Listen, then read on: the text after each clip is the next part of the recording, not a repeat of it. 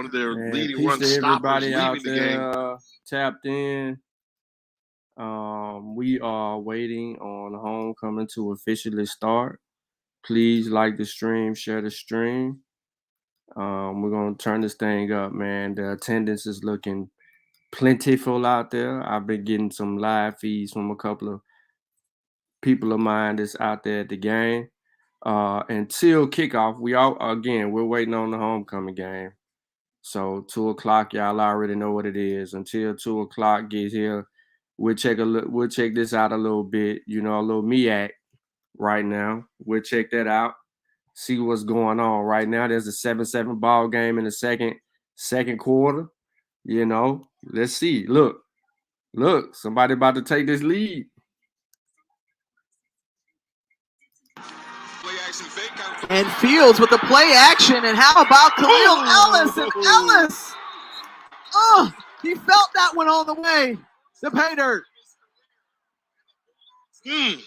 That was football. Khalil Ellis, 6'2", 261-pound tight end / H-back. Good play action there, but watch the end. I don't know if he recognizes the hit that's coming. Gets uplifted by Romeo Stancil. But it was too late. Good leverage there, but 6'2", 61 Khalil Ellis bounced right back up. And Zimmerman putting them up by a touchdown. So 14-7 advantage for South Carolina State. A little play action, working the rhythm, moving and grooving for the Bulldogs. They're up.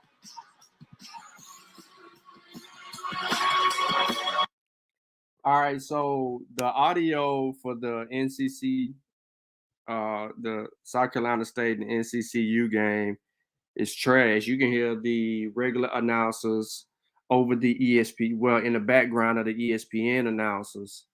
However, it is what it is with that. So y'all already know how I'm doing. You know what I'm saying? Soon as the kickoff jump off, man, I'm gonna be on no quiet. It's some other teams, HBCUs, that are playing right now. Delaware State's playing right now. I didn't check out that game. Somebody else is playing. I will give y'all an update, but it is what it is. So if you are not in Jackson and you are in these YouTube streets, you know what I'm saying? Like the stream, share the stream. Again, if you are not even if you is in Jackson and you just happen to tap in, bro, it is what it is. So, we're just catching a little MEAC. Just a little MEAC. Also, shout out to Travis. He seemed excited today. He's already had his face in the camera. Snoop Dogg is at the game. Of course, y'all already know the whole P-Valley crew and writer is at the game. 45 minutes ago, when they panned the stadium, it was crazy. And it was growing as it was spreading around to the visitor side of the vet. Right before the boom, I think the boom was being introduced. So they ain't living this down right here. They ain't living this down. And this is good for us to see. Watch them embellish in this 2021. You know what I'm saying? Watch them embellish in 2021, you know? And rightfully so. So it is what it is. Owned that Celebration Bowl. You laughed at that, why, Jay? Because if I say that, everybody calls me a MEAC homer. See, I can't say owned. Well, I say they won 5 out of 6, but you can say owned, and nobody's saying anything to Tiffany Green. Statistically, it would show 5 out of the 6. Many would say owned, dominated, strongly, heavily favored. But North Carolina Central found themselves in the Celebration Bowl back in 2016, and they are hoping to get back to Atlanta. And Trey Oliver feels really confident about this bunch getting there. And I think ever since they lost that game by 1 point, closest Celebration Bowl in history, they lost by that 1 point. They've been on a mission to get back. I mean, their fan base wants to go back. They feel like they have unfinished business, and they would love more than to make it to Atlanta. However, they find themselves on the road taking on the defending HBCU national champions. They're in a fight. Well, 2016 season, the last time NCCU won a Mid-Eastern Athletic Conference title. Trey Oliver was not the head coach at the time. However, in his third year at his alma mater, wanting to take them to the Mercedes-Benz Stadium and bring home that beautiful trophy. You see the season recap for Trey Oliver's Eagles, leading the MEAC in top 5 in FCS in points per game. The differential there, the only loss going against Campbell this season, but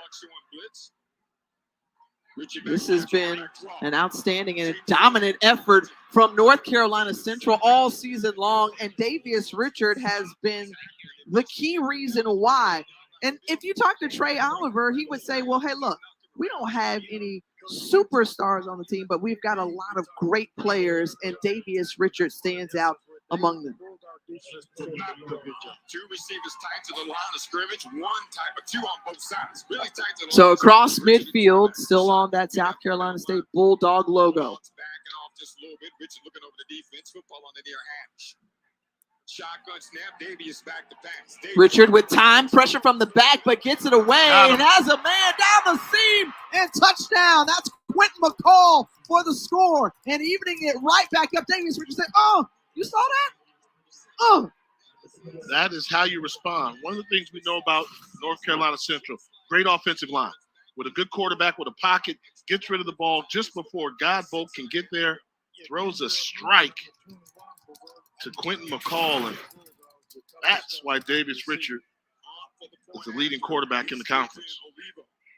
We talked about him being also the front runner in that MEAC Offensive Player of the Year and showing off why. Touchdown passes today for the year of 48 yards and 60 yards. And this connection with Quentin McCall evens it up. Yeah, nice touch on the ball, getting behind the secondary. That's how you draw it up there. But it all started with that protection up front, enough time to allow them to hit the deep ball. The Eagles, what do we say? The Eagles are soaring as the Eagle pride is amplified. I like that, Jay. You read my mind, partner. You might know a little something. Hey, we were on the campus of North Carolina Central last week for our Black College Live show, and that Eagle pride is definitely amplified. Folks really feeling good around campus about what this team will do this year. And think about how they started out the season, beating North Carolina A&T in impressive fashion, then going up to New Hampshire, defeating a CAA team on the road, and they've kept it going. You know, had the setbacks, Campbell gets people are finding out, and they've taken care of their business, and something special's brewing in Durham. Rakim White with the hole, and White with a strong return, the sophomore out of Bluffton, South Carolina, and Juan Velarde. If you just joining the stream, man, we just watching a little MEAC.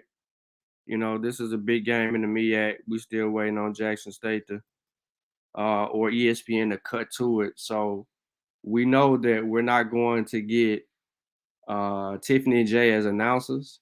So that's a good thing. Like I said, as soon as the ticket is available, we will cut directly to the game and turn up. But until now, we got about 15 minutes away from broadcast. We'll, continue to check this game out. Buddy Pugh continues to find the diamonds in the rough and develops them into NFL caliber players. Hand off on the inside, and that's Flowers with a pickup of 6 on the run, rather. You talk about a guy like Flowers.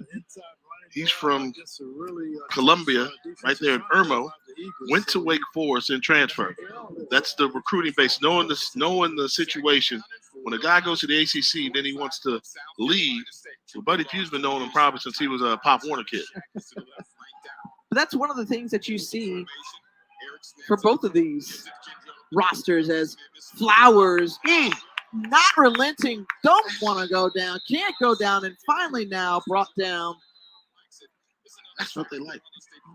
Here, that's what they like here. This is old school South Carolina State running right at you, bouncing off tacklers. Reminds me of like Michael Hicks and some of the great hard-nosed rushers they've had in this program's history. Deshaun Baker, the touchdown maker, running in between the tackles. Will Ford. They've always had that feature back that can do damage. We'll play action pass now, and Fields with time, and Shaq Davis, and that's a flag. That is a flag for sure. As this may be an ejection. Mm-hmm. And I think that Fields locked on to Davis, and everybody saw it. And I think Manny Smith came by, and they have to take a look at this for targeting. Defenseless player, and I think there was a launch as well. And you can see Shaq Davis shaking up afterward on the sideline. 6'5" and can leap, and he also runs excellent patterns for that Bulldog receiving coach. Now it's just a matter of which penalty they choose to call this. Pass interference. Some further deliberation between the officials' crew and Jason Switzman talks.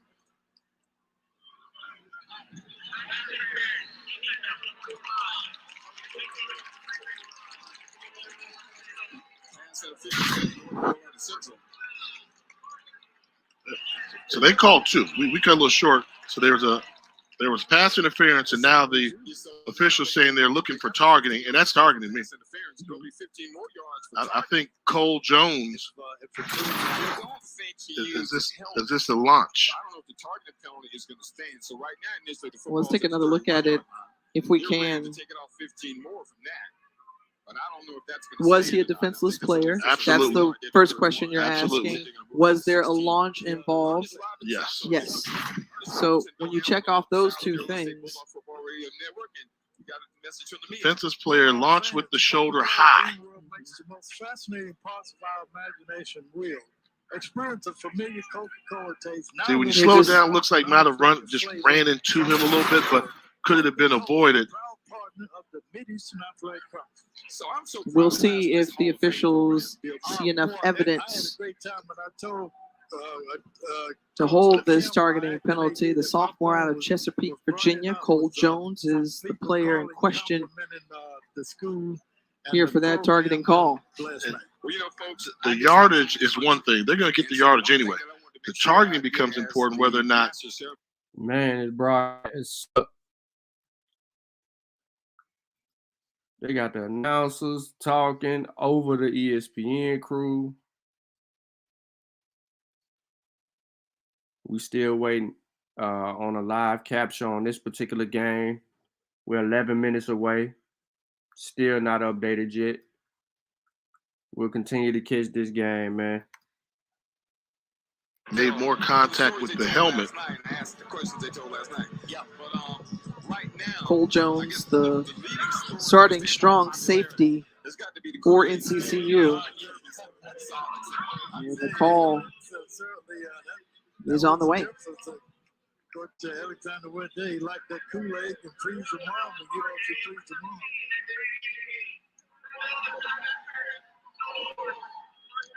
I believe he said Cole Jones can remain in the game. So no targeting foul on that play. And it was very close, but after reviewing it, they determined that he did not or is not guilty of targeting. So he remains. 5:16 to go in the first half. Ball on the 31-yard line.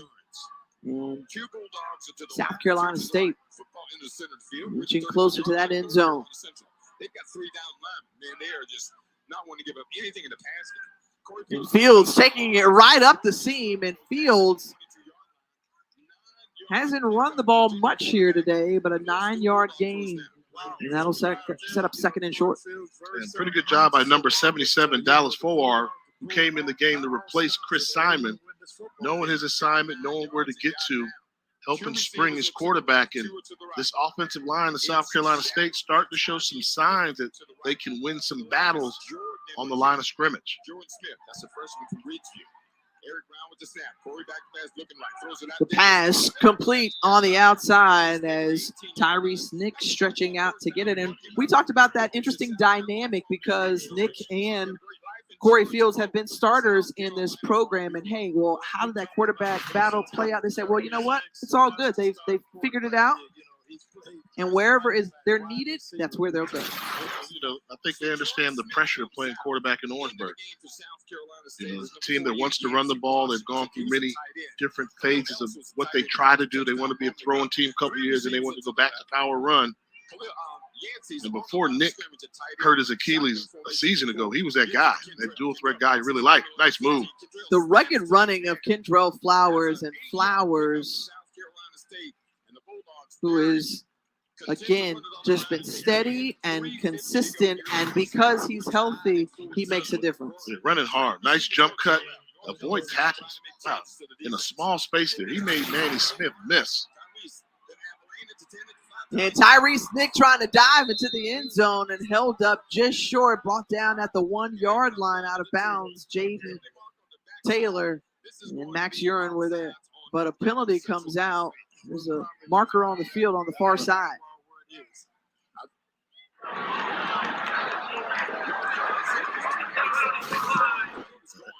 And I'm going to tell you, effort like this, and all week long we were hearing from Buddy Pugh and everybody, they know what's at stake.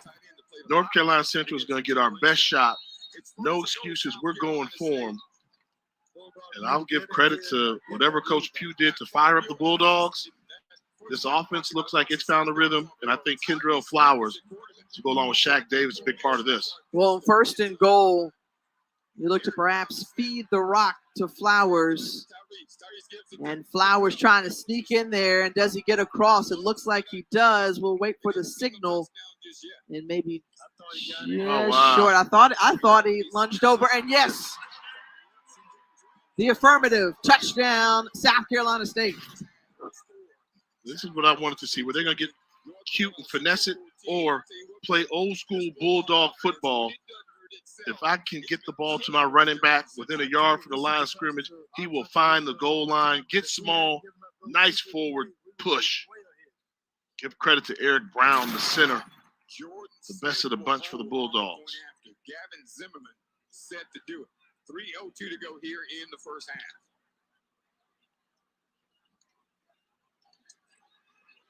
So unsure why there's a little pause in the action right now. But now the official says we can go.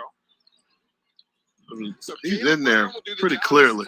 Helmer did a good job of riding his center, Eric Brown, as I mentioned, and they confirmed the touchdown. Caleb snap is low. Jordan gets it down. Zimmerman, and it's no good. So that is going to be important. Put that down right there after the touchdown. The missed extra point by Zimmerman. And Buddy Pugh's squad only up by 6. Our score is North Carolina, South Carolina State 20. North Carolina Central The extra 14. point, that's one there. We were going to take a timeout. Got to mark that and hope that doesn't come back to haunt. Well, it's a dogfight in the MEAC. Will Buddy Pugh win this game? 6 minutes away from kickoff, man. We are just checking out North Carolina, Central, and South Carolina State until we can get a live request. As you can see, I just refreshed and we didn't get anything. We're going to have a full image of the game. We're going to have y'all already know what this stream going to do, man. So like the stream, share the stream. Devin Smith set to return it inside his 5. Comes out across the 15 and 20. And still standing up and finally brought down around Devin Smith the 28 on the yard return line. for the Eagles. Return of about 25. As this game goes, we get closer to the first half, you get the sense that both teams knew something's on the line. I mean, this is an effort game right here. You almost want to say who wants it more. Each time where Central's found themselves behind, they've been able to match with a score. those kicks back. Davius Richards, still a problem for South Carolina State defensively. Well, Trey Oliver's challenging his team all season long to be great. Great is an acronym, effort among those characteristics that his team needs to have in order to try to haul in a championship, as Quentin McCall right at the sticks. Something else we thought was interesting, talking to the coaches, North Carolina Central wanted to go after Zion Keith. Zero. They said he's a good player, but they put so much on him like they did to Kobe Durant. And in this case, they've been going after Zion Keith. And we're like, and South Carolina State said Zion Keith is our best defensive back. So we're going to put him in different situations.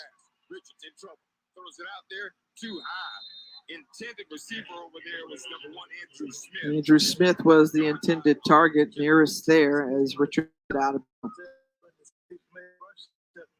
They mute him like this. Oh, this game here, they firing on all cylinders. It's almost like if you got the ball last, you liable to win, but that extra point gonna come back and hunt them. So let's see if, man, we finally get the should have something here.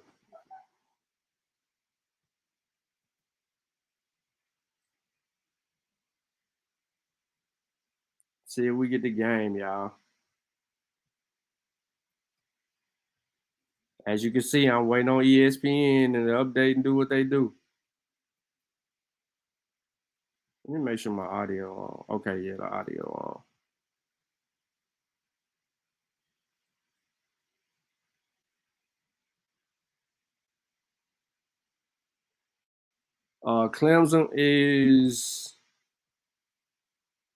Clemson just scored something like that, a 2-point conversion. So now they up 3 points over Syracuse. Syracuse dominated the entire game until the beginning of the fourth.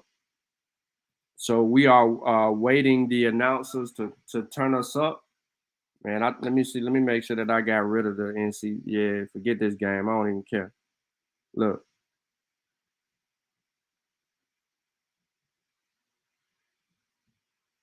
Ain't no defense being played. No defense being played. I thought this was the tough conference. They don't do finesse. They do smash mouth.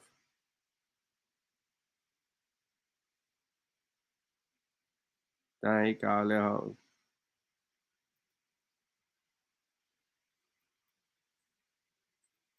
But, while we're waiting on this game, man, you know what I'm saying? Something more important out here in these streets. Who y'all got winning and what's the score? Put your score and who you got winning. I already know what other people are going to say. I know what most people are going to say, but put your score out there. Put your score out there. What's good? What's good, L. Swannick? Sherelle, hi. What's good? Peace to you. Delora, I don't know if you came back, but you was up in this thing early. Peace, peace. Everybody who ain't said nothing, peace to you.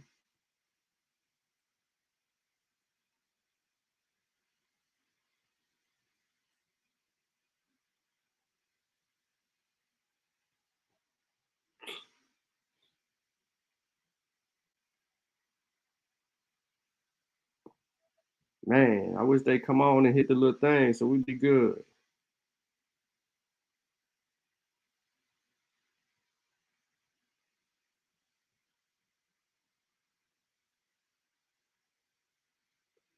Who y'all got? What's your score? Who you got? What's your score?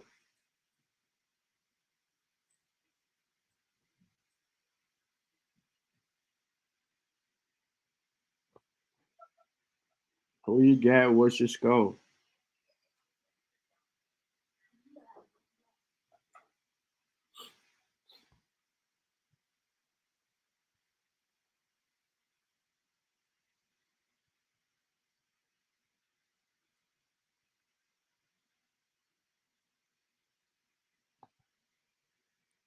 What y'all got?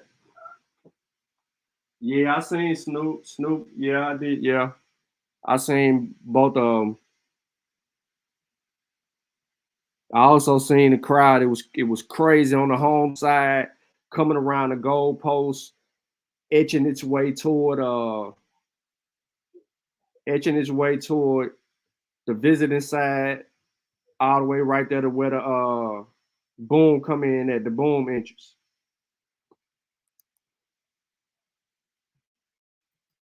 No Jackson State Tigers today. They take on the Camels from Campbell University today, a team that has won 3 consecutive ball games. You're watching flag football presented this afternoon by Pepsi Zero Sugar. Hello, everyone. I'm Butch Alcindor along with Jorge Vargas. And what can you say about the Jackson State Tigers? Their coach says he does not want to just win. He wants to dominate, and that's what they've been doing.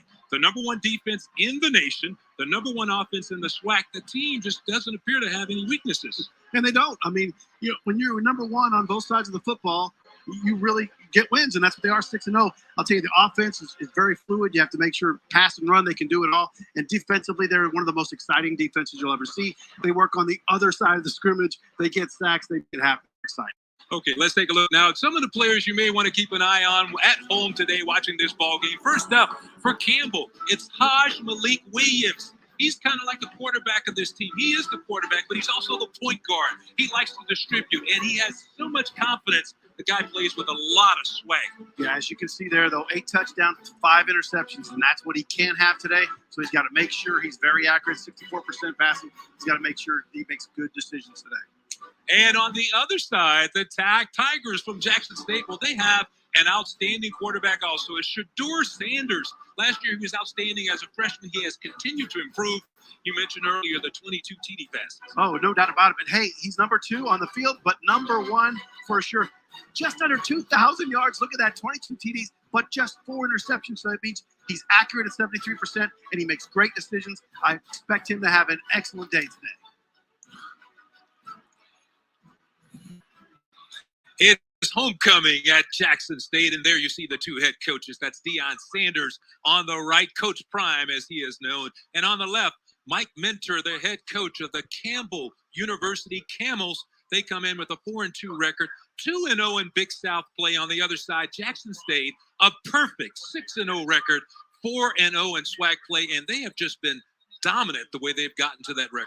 They're exactly what he said he wants to be, right? When he goes, whatever I do in life, Coach Prime says, I want to dominate. I don't want to just win. I want to dominate, and that's exactly what his program is. It replicates his attitude.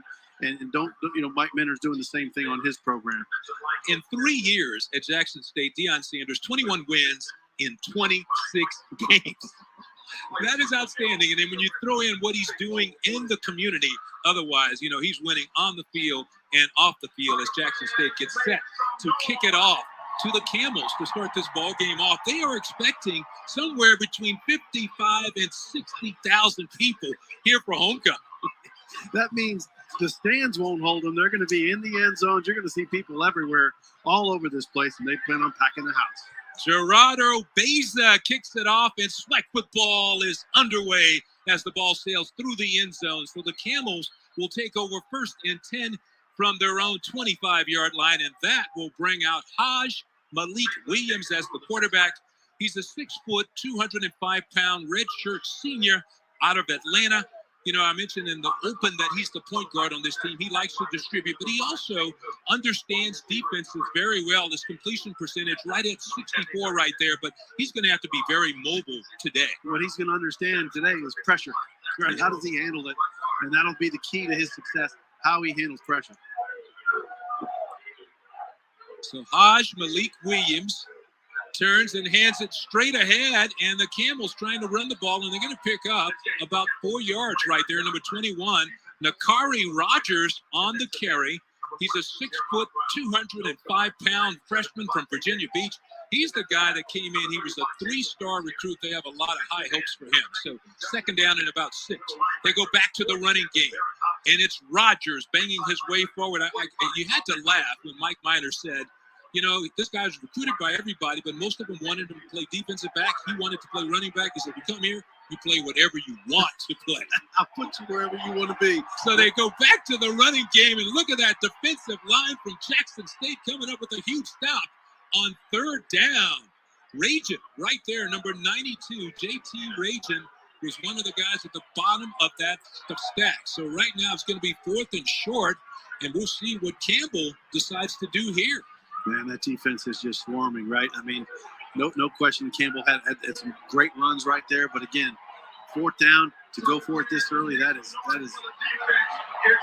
Mike Mitzers better bring the hammer on this one. That's a big call early on your own side of the line of scrimmage. So the Campbells go for it. 4th and 2. They go straight ahead. They have the first down and more. He breaks it from the line of scrimmage and finally going to be thrown down over the 40-yard line. That is Lamaje McDowell, his first carry of the game. It is a big carry, picking up a first down for the Camels. Look at that offensive line just clear the hole, and he runs, I mean, just runs with recklessness. Look at him. He just runs in there hard. They go quickly to the line. They play with that up-tempo style, empty backfield for Williams. Throws it on the slant pattern, and it's complete.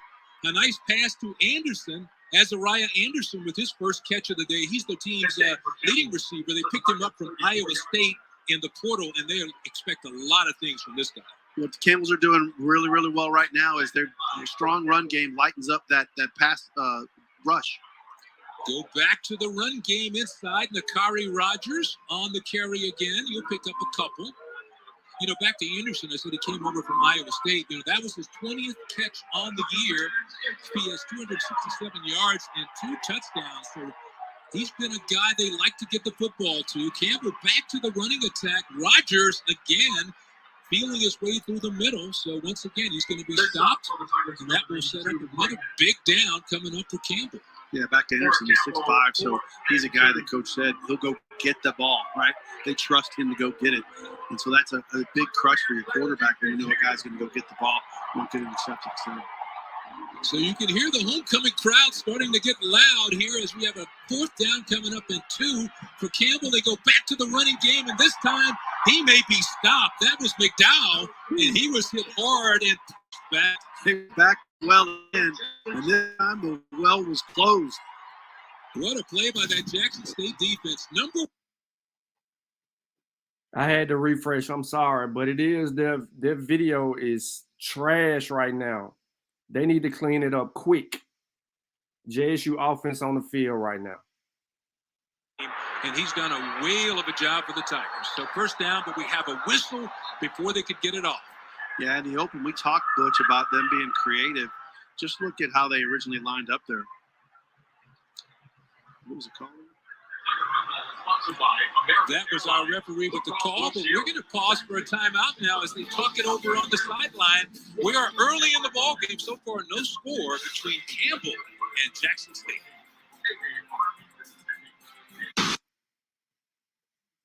All right, so I think they ran Travis out there on offense first before something. They called a timeout. He didn't start. Nugget and get number 28's name that plays corner. He started. Oh man. Which he's all right. He ain't the best option, but I think they hit Holden Kedrick.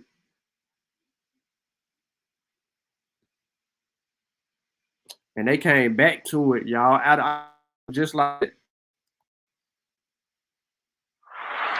Well, we're going to keep it back here, everyone. That was Travis Hunter, the highly recruited recruit from high school with a big play on first down. They go right back to Travis Hunter. This guy is so exciting. Of course, you're going to remember his story as he makes another catch. He was recruited by everybody, you know, and all of a sudden he decides to go to Jackson State, and what a coup that was for Coach Prime and his team.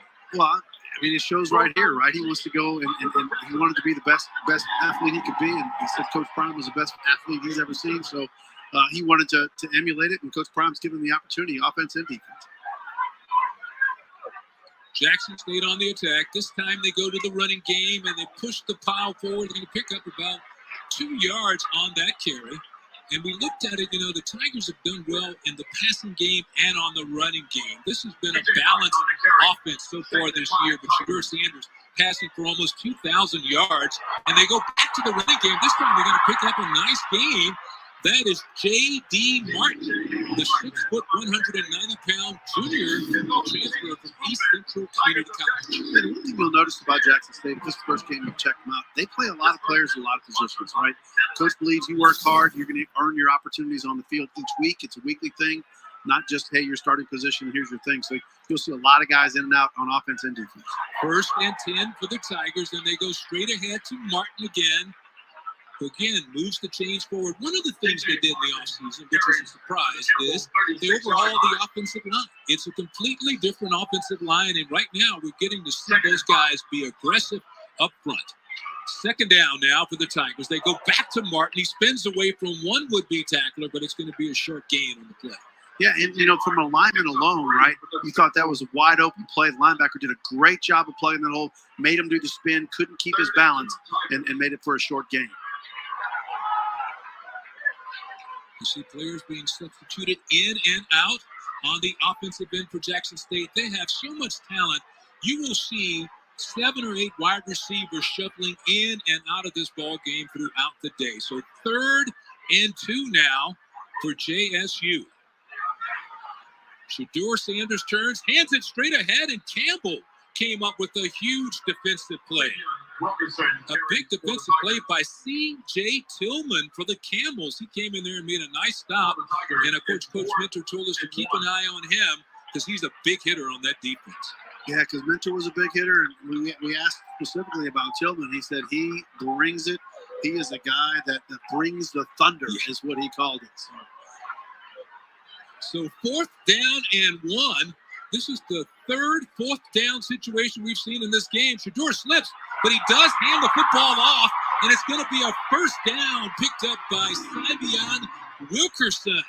He does a great job picking up that 1st down and a little more. Yeah, watch it right here. The handoff, a lot of trouble, but he just bounces to the outside, does a great job, and watch how his legs just keep turning. Actually, great job picking up that 1st down. Wilkerson heads back to the sideline after he picked up that 1st down.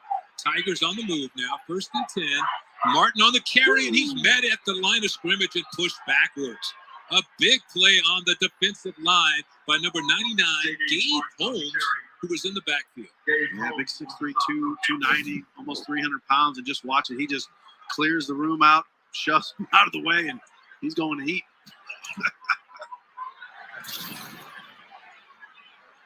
So 2nd down now for the Tigers. We've seen 2 of their running backs already in this ball game as they've gotten it all the way down. Football now resting right outside the 20.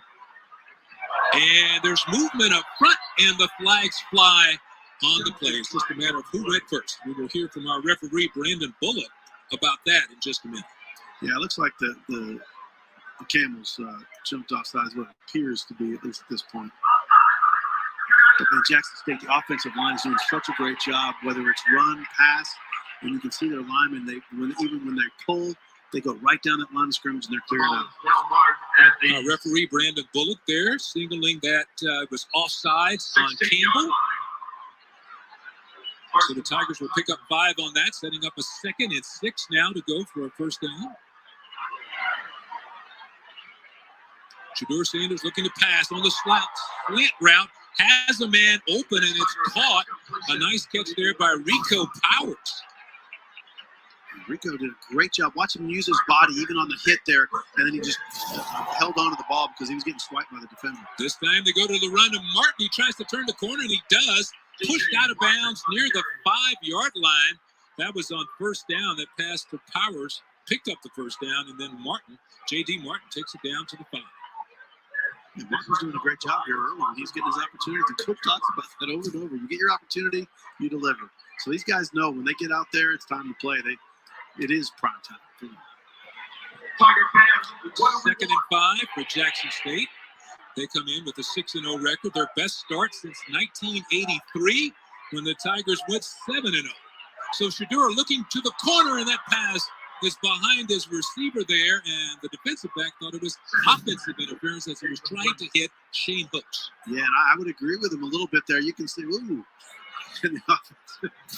Hooks kind of got a hook into his grill there right at the end of that play.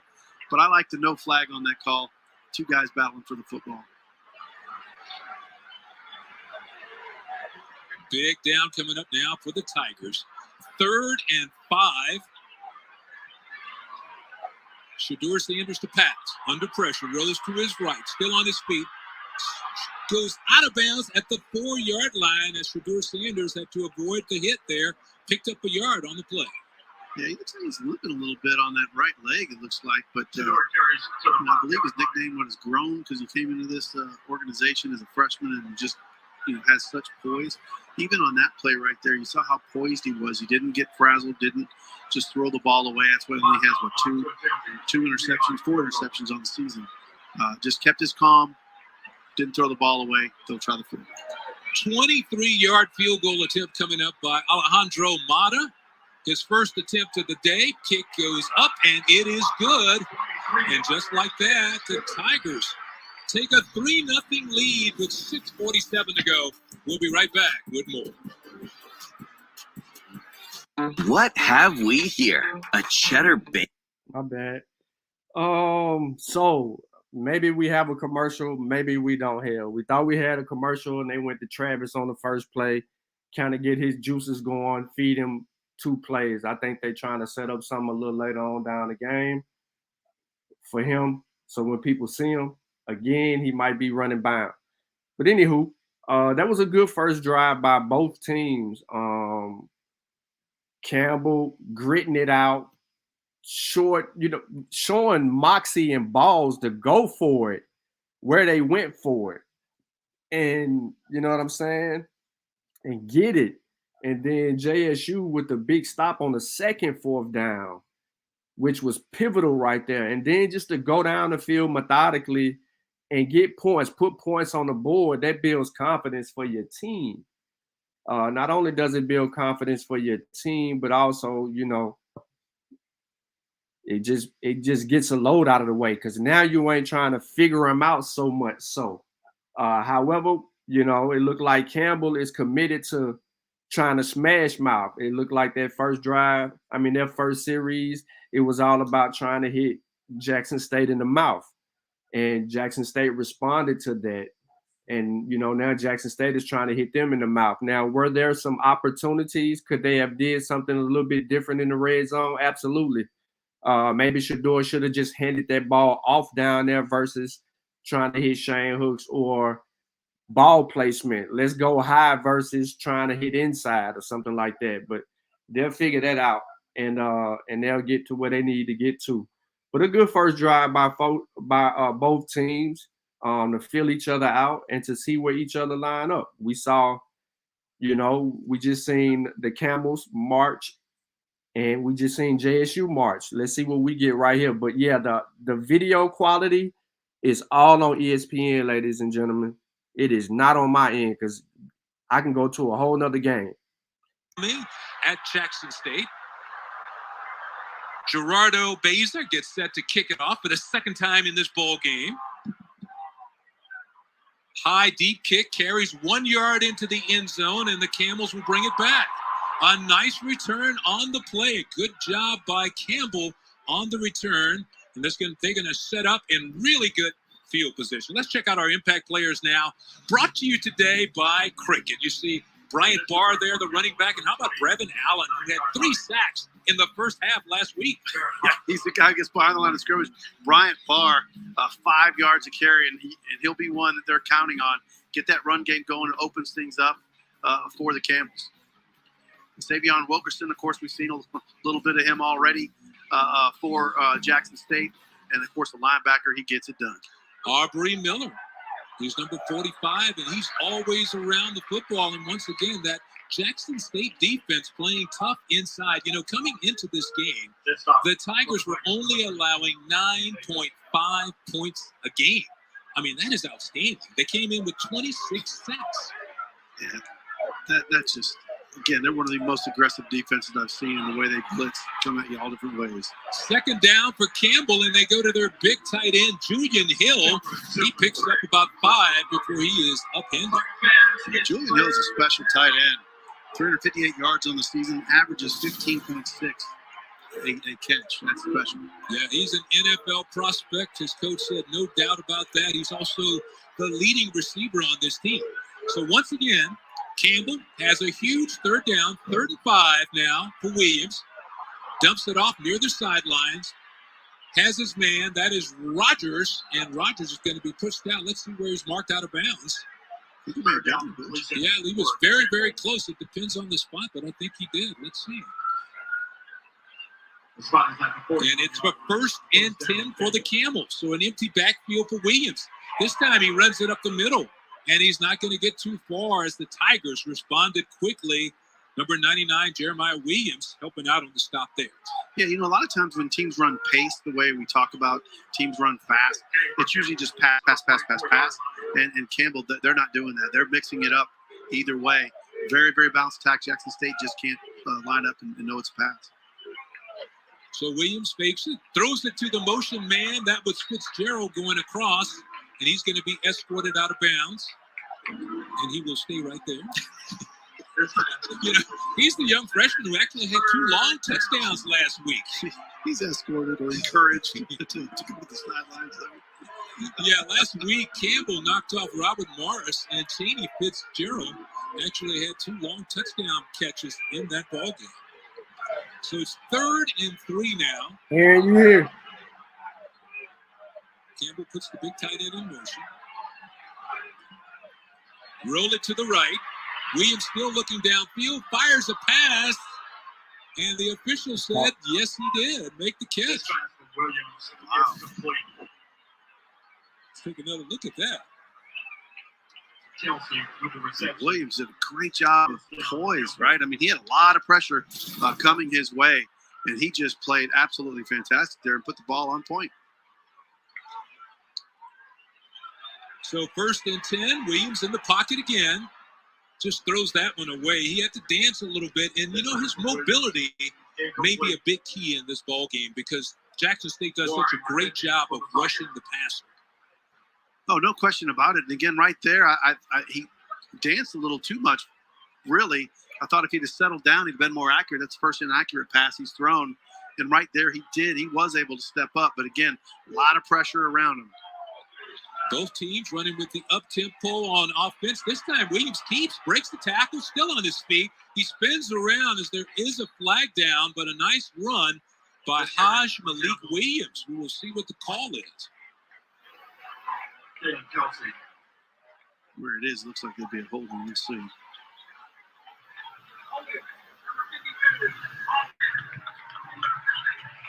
It is a hold on the play, and the Camels are guilty, so they will go backwards.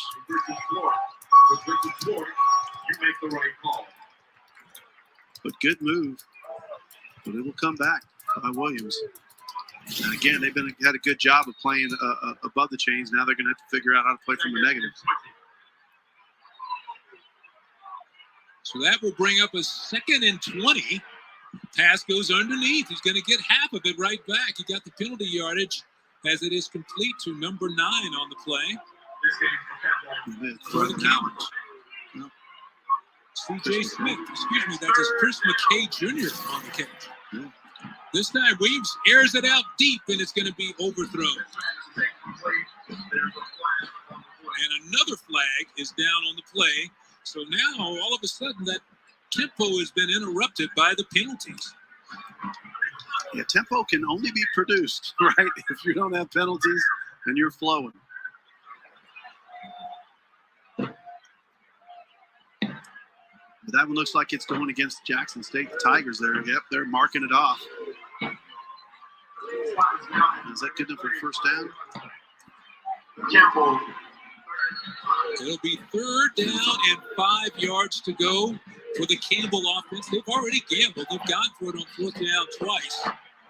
Got it one time, missed it the next time. So this time Williams trying to throw underneath. Has a man, and a nice pass from Williams And that's going to be the first down as he hits Austin Height, the 6'2", 195-pound graduate student, a transfer from Monmouth College. Made a big catch there. Boy, how accurate was that pass, right? I mean, a small window, and he put it right on target. So a first down for Campbell. They come out with an empty backfield for Haj Malik Williams. And now number 21, Nakari Rogers, goes right behind him. He turns, he gives to Rogers. And Rogers is hit hard right at the 20-yard line. And that was Aubrey Miller, number 45. Who said he was an impact player? That was an impact on the hit. That was bad intentions all day long. Look, takes on the tackle, sheds him, and then just perfect form tackle. Again, you can tell he's a rock. The running back runs into him, and it was like running into a wall. Loss of 1 on the play, so make it 2nd and 11 for the Camels. Williams under pressure does a good job as he dances away from the heat. Williams is going to take it down near the goal line, and it's a touchdown as Haj Malik Williams dives into the end zone for a Campbell touchdown. He pulled a Superman there at the end, right? That was all Williams on that play because Jackson State had the pressure on him in the pocket, but he got away. Yeah, and again, he has shown great poise. Again, right there, you can get rattled. Lots of pressure. The only thing that makes me nervous the way he carries that ball away, hanging outside. But did a great job of moving away from the pressure, keeping his calm in the end zone. He's the 2nd leading rusher on the team, and you got to see exactly why right there. He's got the quickness and he has the moves, and now the extra point attempt is good. And the Camels have moved out in front. We got a 7-3 game, and we're still first quarter. All right, so that was a big drive and a good response from Campbell. They had help, man. They had a couple of penalties right there on the other side of that on the back end. It kind of helped, you know what I mean? 12 men on the field. You can't get caught like that. But it is what it is. What I wanted to say though is I was thinking that Aaron was in here, but I don't know if he's in here anymore. If anybody's paying attention to the game, look at Campbell when they're the next time that they're on offense and it looks like a passing situation. Look at their route combinations. What they're doing is they're taking the outside man inside man outside, like, you know, like a slant out and a slant in. And they're running it like that methodically for a particular reason. But bear with me one moment. I don't want to talk too much.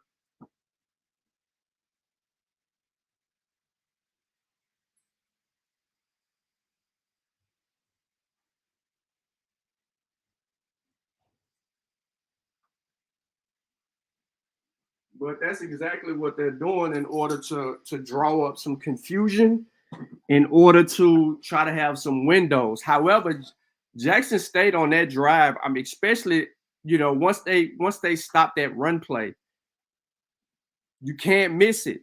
If you got a Aubrey Miller, you got a free shot on him, you got to go in there under control. You can't go in there guns a-blazing because he's too shifty to make you miss. But, you know, Aubrey, you being a skilled tackler, you gotta watch his hips. Forget his shoulders. His hips tell you where he going. And if them hips don't move, you stick him. You stick him and you do that. So missed tackle led to that touchdown right there. But also a couple of guys getting out of position in their rushing lanes as well. Because even though Aubrey comes up there, somebody else still got to come behind him to make that play. Couple of adjustments. Good first drive, but none of that matters now. Can Jackson State get control of this game? That's what matters. We'll look at that in a minute after the kickoff, but we got 1:49 to go here in the first quarter, and this one has been worth the money to get into this one. A short kickoff, and there's a scramble for the football there as he pooched it high, and Jackson State say that they came up with the football, and now the officials say it will be Jackson State's ball. Yeah, that's kind of a shocker on that, and that's what we're trying to do is to surprise Jackson State. And again, you know, when we talked to Coach Prime this week, I want to say this now because just in the short amount of time we've been able to see Campbell now. And that is Haj Malik Williams. diving in for the touchdown. Beautiful run. Well, what I was saying is Coach Prime real quickly said, all I had to do was look a little bit of tape on what their program, and I could truly see what Mike Minter was and then how those guys play like he played in the NFL. And we can already see that, how tough they are, how poised they are. And again, they are a good football team playing well so far. So the Tigers go back to Martin, and he's going to be knocked down after a short gain. Number 34, C.J. Tillman, again on the stop for the Camels. Yeah, J.T. Whitmore didn't get the tackle, but he disrupted enough to turn the running back inside to get help from his teammates. Good job there. Second down for the Tigers. Shedeur Sanders passes to the near side, has a man that is complete to Rico Powers, but he's going to be knocked down quickly. A good tackle on the play by Josh McNeely. Yeah, to be honest, coming in here, I wasn't sure how aggressive Campbell would be. We talked about it, but man, they are not scared, right? I mean, they're coming right at him. They're playing man up on some occasions, and they are flying to the ball. And the officials come in to talk about something. So we have a timeout on the field. So while they take a break, we'll take a timeout in the booth. 7-3 Campbell. We'll be right back in just a minute.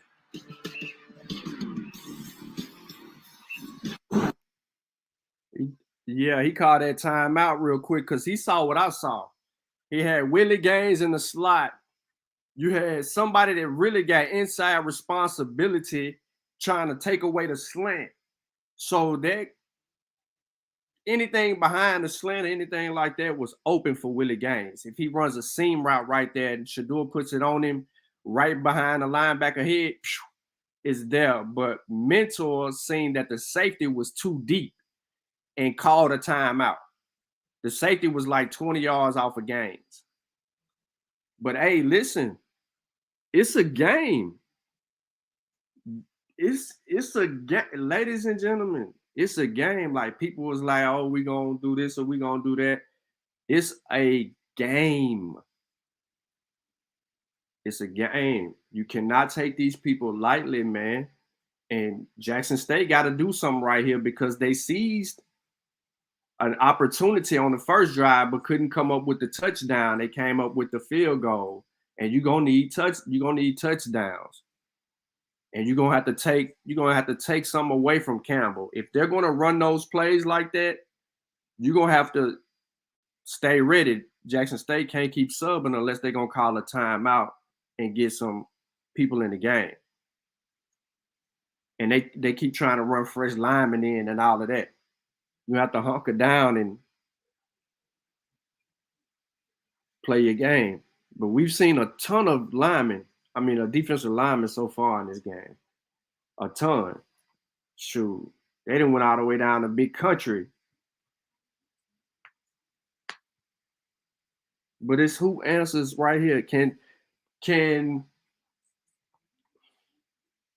Shedeur and them make a play right here? Can Shedeur and the receivers make a play? Everybody know what's coming. Can they make a play? Welcome back, everyone. Let's check out our keys to the game for Jackson State, brought to you by Chevy. Yeah, and hey, Jackson State, #1 offense in SWAC. Keep it that way. They've got to get rolling. Continue the pressure on defense. They are phenomenal on the defensive end. And with both of those things, really, it's about dominate the game. They haven't done it so far. They've got to get it all together, but they need to dominate. And for the Camels from Campbell. Adapt to the environment, right? Is the environment too big here in homecoming with all the people here? It looks like they've done that really well. Play within themselves. Don't try to do too much. You see them playing aggressive, and they're going to need some big plays. Looks like they're already starting that. Keys to the game brought to you today by Chevy. Always good to see how they shake out with what we've seen so far in the ball game here as they put Martin in motion to the right.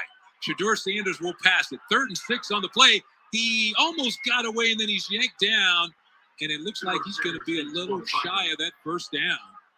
And the Camels come up with a big defensive play, and let's see what Deion Sanders, Coach Prime, decides to do, and it looks like it appears they will be punting the football away. Yeah, Shedeur looks like he was a little frustrated on that one. And again, he looks like he's got a little bit of a limp. It doesn't look quite as smooth in his stride, so we'll keep an eye on that. So number 46, Sam Johnson, comes on to punt the football away. End over end kick. It's fielded quickly, and a nice spin move by Josh McNeely before he is knocked down as he crosses the 30-yard line. So McNeely on the return will give the Camels great field position again to start. And both teams, if you look, I was looking at the drive chart. The first drive by Campbell, the 14 plays, 65 yards that led to the field goal, and then, by Jackson State. And they're going to take a break again on the field, so we're going to stop again. Yeah, into the first quarter there. It was a good one, huh? Yeah, a heck of a first quarter and a good start on homecoming at Jackson State. Tigers trail 7-3. We'll be right back.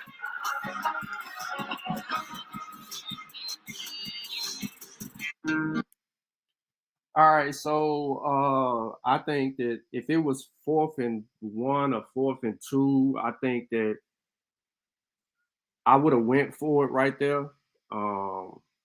They rushed 3 linemen and dropped 8 in the coverage. That's all they did. And, I think that there was a route combination that Shador was looking for and he didn't get, so he didn't throw the ball. He just took off running.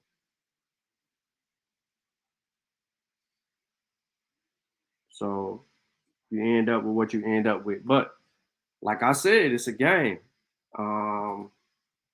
And it's a 4-quarter game. And you got to hit your shots when you got to hit them. You know what I mean? You got to run fit where you got to run fit. You got to buckle down right here because they're about to still try to do the same thing that they just did. They're not making really spectacular plays. It's just the quarterback got outside, you lost contain and he made you pay for it. But here's the problem, what just transpired. Jackson State just turned the ball over. Well, they just punted the ball. And what they get, like 1 first down or something like that? If they got a first down. You see what I'm saying? So now it's back to your defense being out on the field, which is what Campbell prides itself in. So, you're going to have to make some plays. And Campbell's going to have to continue to do that. Now, will Hajj Malik make an error, meaning too loose with the ball, somebody swipe it, and the ball's out? And then it is what it is at that point.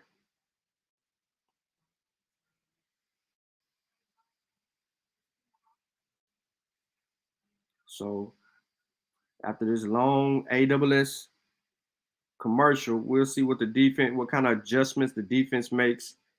And we'll see if they spy Hajj Malik or if they just will keep up the pressure. I say keep up the pressure, but close him in.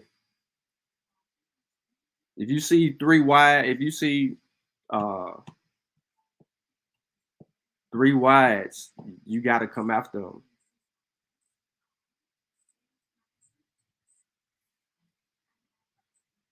But yeah, man, they running an extra long commercial right here between these two, which is an advantage for Jackson State because they can catch their breath. But we finna see how well this strength and conditioning transpire.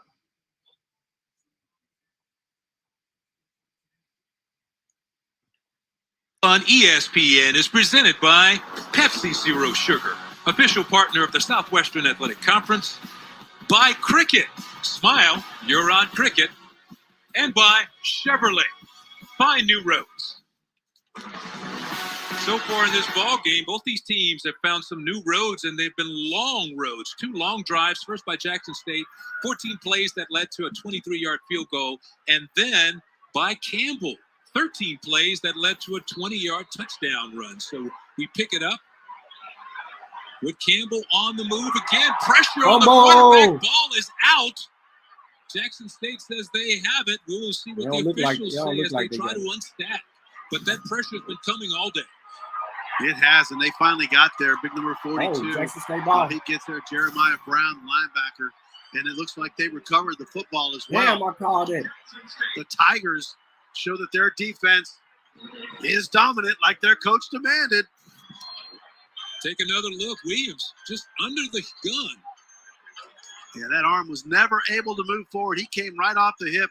And again, he was accelerating through the quarterback. Just a great job. Aubrey Miller came up right away, said, "We have the football," and he was 100% right. As Brandon Bullock, our referee, confirmed it. So the first big turnover of the game, first big break of the game, will go to the Tigers, and it was their defense that created that opportunity. Yeah, and now puts the offense in great shape. Can they strike quick? Ball resting on the 22-yard line as Shedeur Sanders turns and hands to Wilkerson, and he's going to be stopped after about a gain of 1. Wilkerson is an interesting story because he played a little bit of ball at Delaware State, played at West Virginia, and then found his way to Coach Prime and Jackson State. And you know he's glad he did. Got a yard on the play, make it 2nd and 9 now for JSU. Very impressed with the defensive line of the Camels. They have done a really good job. I thought they would get moved a little bit more. They are not getting moved. They are plugging the holes. Wilkerson on the carry again, and he's going to be stacked up. You know, Wilkerson came into the ball game. He was 3rd in SWAC play in rushing with 461 yards, had 3 touchdowns. So he's off to a fine start for the Tigers. Yeah, number 9, Gregory Allen for the Camels had to come off the line of scrimmage. Looks like got hit in the shoulder real quickly. He ran off. Get some attention. We'll try to keep an eye on that. That would be a huge loss for Campbell. Brevin Allen, of course, had 3 sacks last week in the first half alone, and then he added an interception. So he is definitely an impact player on defense. 3rd and 8 now for Shedeur, and he dumps it underneath, and it goes off the fingertips of Rico Powers there. Powers had a little room in front of him had he caught that football. You start thinking about what you're going to do. You got to worry about the get it first, then you're going to do it, right? So far, the offense staying on the field for Jackson State. Different set of receivers coming on, but Shedeur Sanders still on the field, so it appears Coach Prime and company will go for the first down. You know, they have a new offensive coordinator this year, Brett Barterlone. Says he has a great relationship with Sanders. Now on 4th and 8, Shedeur Sanders throws a strike near the sidelines. That's a first down. Caught by Dallas Daniels in a big play as they roll the dice. What a gutsy call and great execution. You know, your play is only as good as the execution. Look, Sanders, he steps into that ball, delivers a strike right in there for the first down. Dallas Daniels, the 6'1", 180-pound graduate student, made a big catch. He's from Dayton, Ohio, but he's also a transfer from Western Illinois, and Coach says he's an NFL prospect. He would know. So first down and 10, Shedeur for the end zone, and it's incomplete. He was trying to hit Shane Hooks, and Hooks thought maybe there was some contact on the play, but so far no flags on the field. Yeah, I like the no flag here. Watch Hooks. He's going to run into the defender and push off a little bit. So I think he's lucky there's no flag, period, because, again, those usually go against the defender, but he certainly ran into the defender on that one. Jonathan Jones defending on the play for Campbell University. Make it 2nd down now for JSU.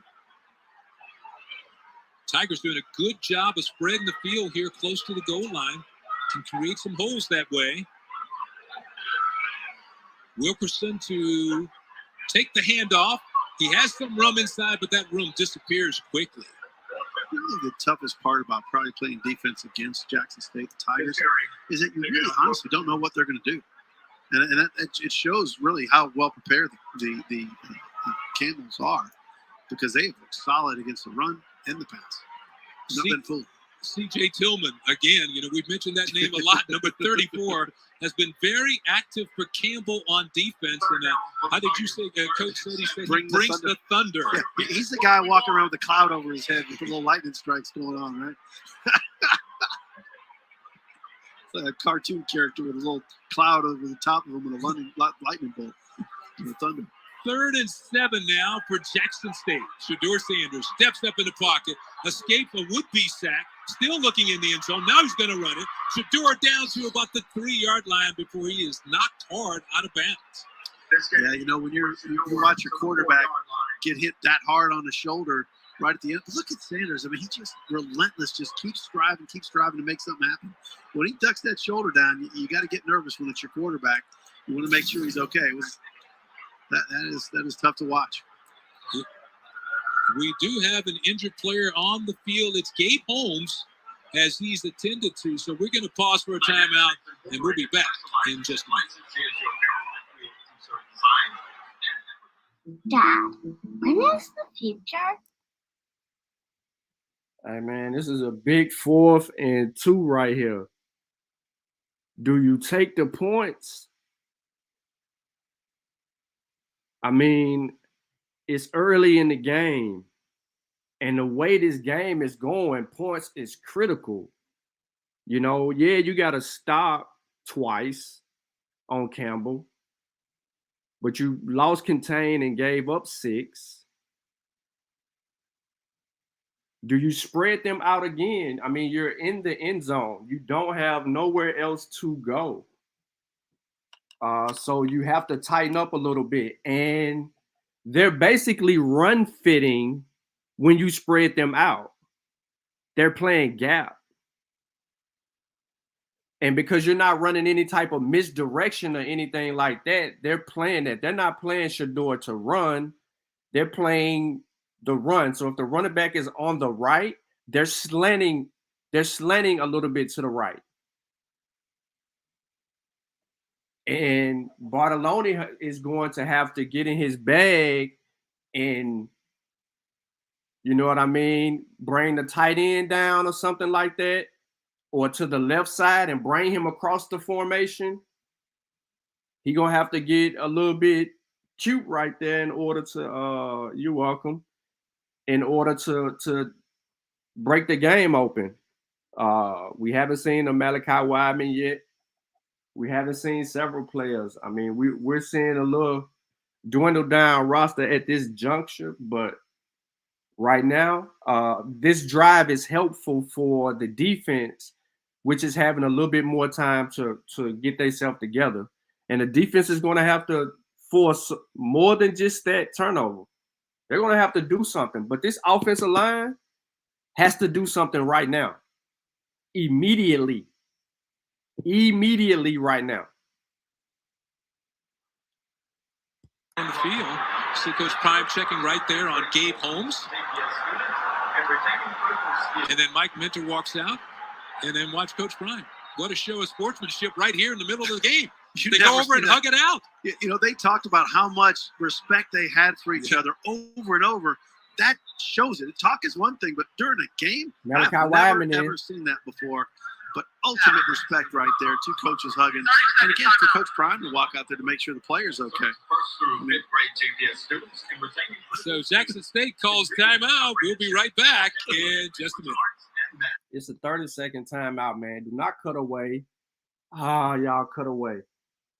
Malachi Wideman in the game, man. When they came out of their formation, Malachi was down at the bottom. That's where the ball, I'm telling you right now, that's where the ball was going. The ball was going to Malachi. His catch radius is there.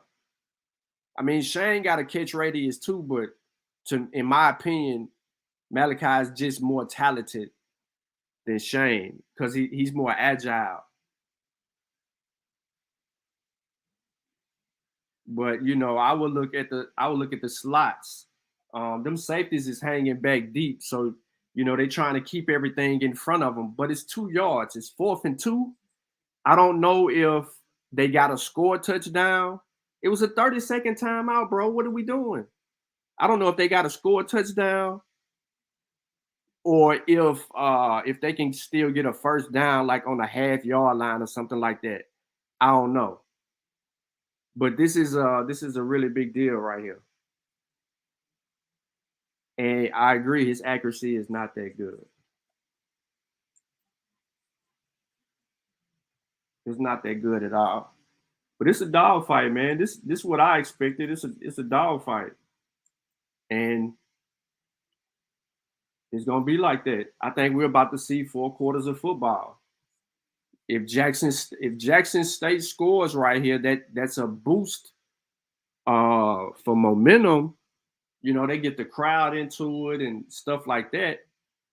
If they don't score, they still they in pretty good position as well. So it's a give or take right here. But me, how many times you gonna keep kicking field goals when you need touchdowns, bro? You need touchdowns. Ball presented today by Pepsi Zero Sugar. Butch Alcindor along with Jorge Vargas as we have Jackson State knocking on the door on 4th and 2. And they go to Wilkerson, but not before there's a whistle on the field. So we will see what happened right here.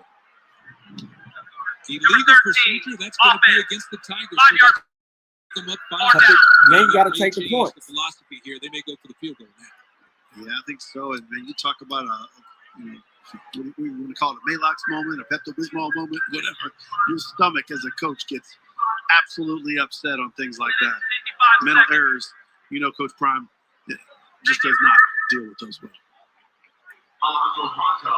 So that's going to set up a 26-yard field goal. Alejandro Mata comes out on the field. He's already converted on a 22-yard field goal earlier today in this ball game.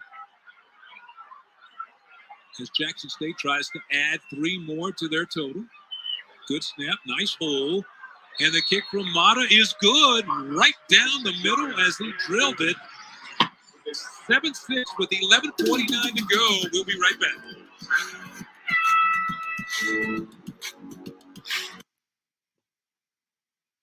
Man, I'm just letting y'all know right now, like, it's tough. It's tough. You have a play, the player work is execution. Like the O-line is, they're not changing the line of scrimmage. They're not changing the line of scrimmage at all. And therefore, that's creating problems because you can't run the ball the way that you want to run the ball effectively. But you expect this from a Mike Mentor coach defense. And this is how I know people didn't really look at everything. They was looking at everything else about the Campbell game. And shout out to JSU for their Pepsi commercial, which was from last year. And fam. Anyway, so yes, the penalty was costly. But this is what's going to happen, ladies and gentlemen. When you're in a game, when you're in these type of games, this type of environment, it's a grind.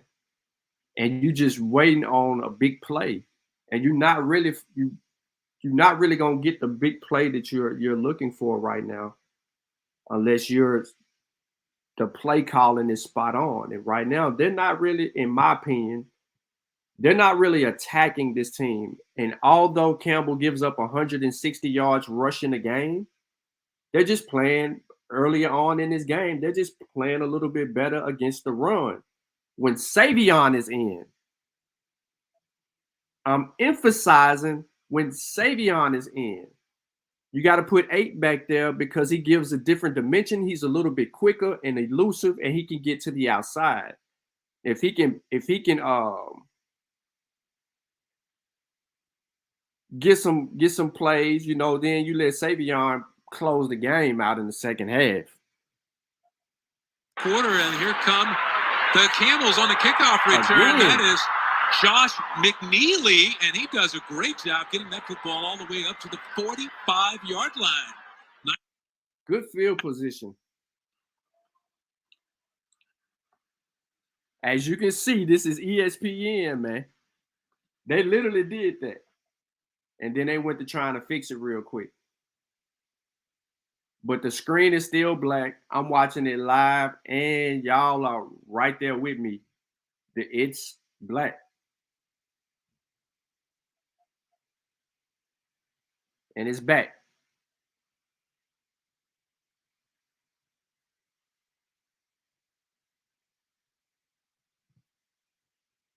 And they show on the scoreboard and not the game.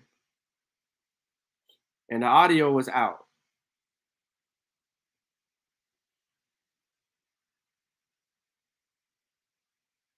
They got it on the wrong camera.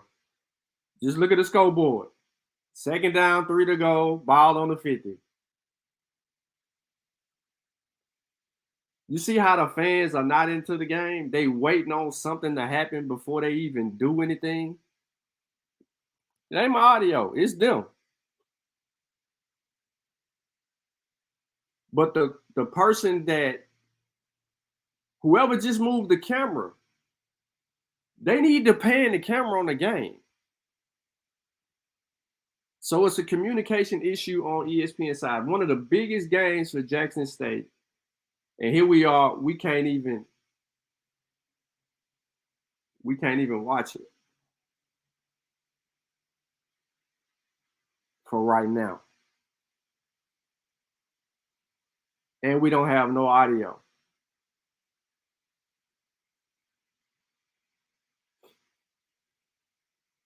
So they got a first down. They cross midfield. The only reason I can tell it because I'm looking at the down and distance. For anyone that's unfamiliar with what's going on, all you got to do is look at the clock, look at the down, look at the distance, and then look at where the ball is. We all know it's the second quarter. JSU only got 1 timeout left. Mentor has 2 timeout left. It's 2nd and 10, so it must have been an incomplete pass because they didn't go anywhere. So now they removed the ticker. Well, 2nd and 9.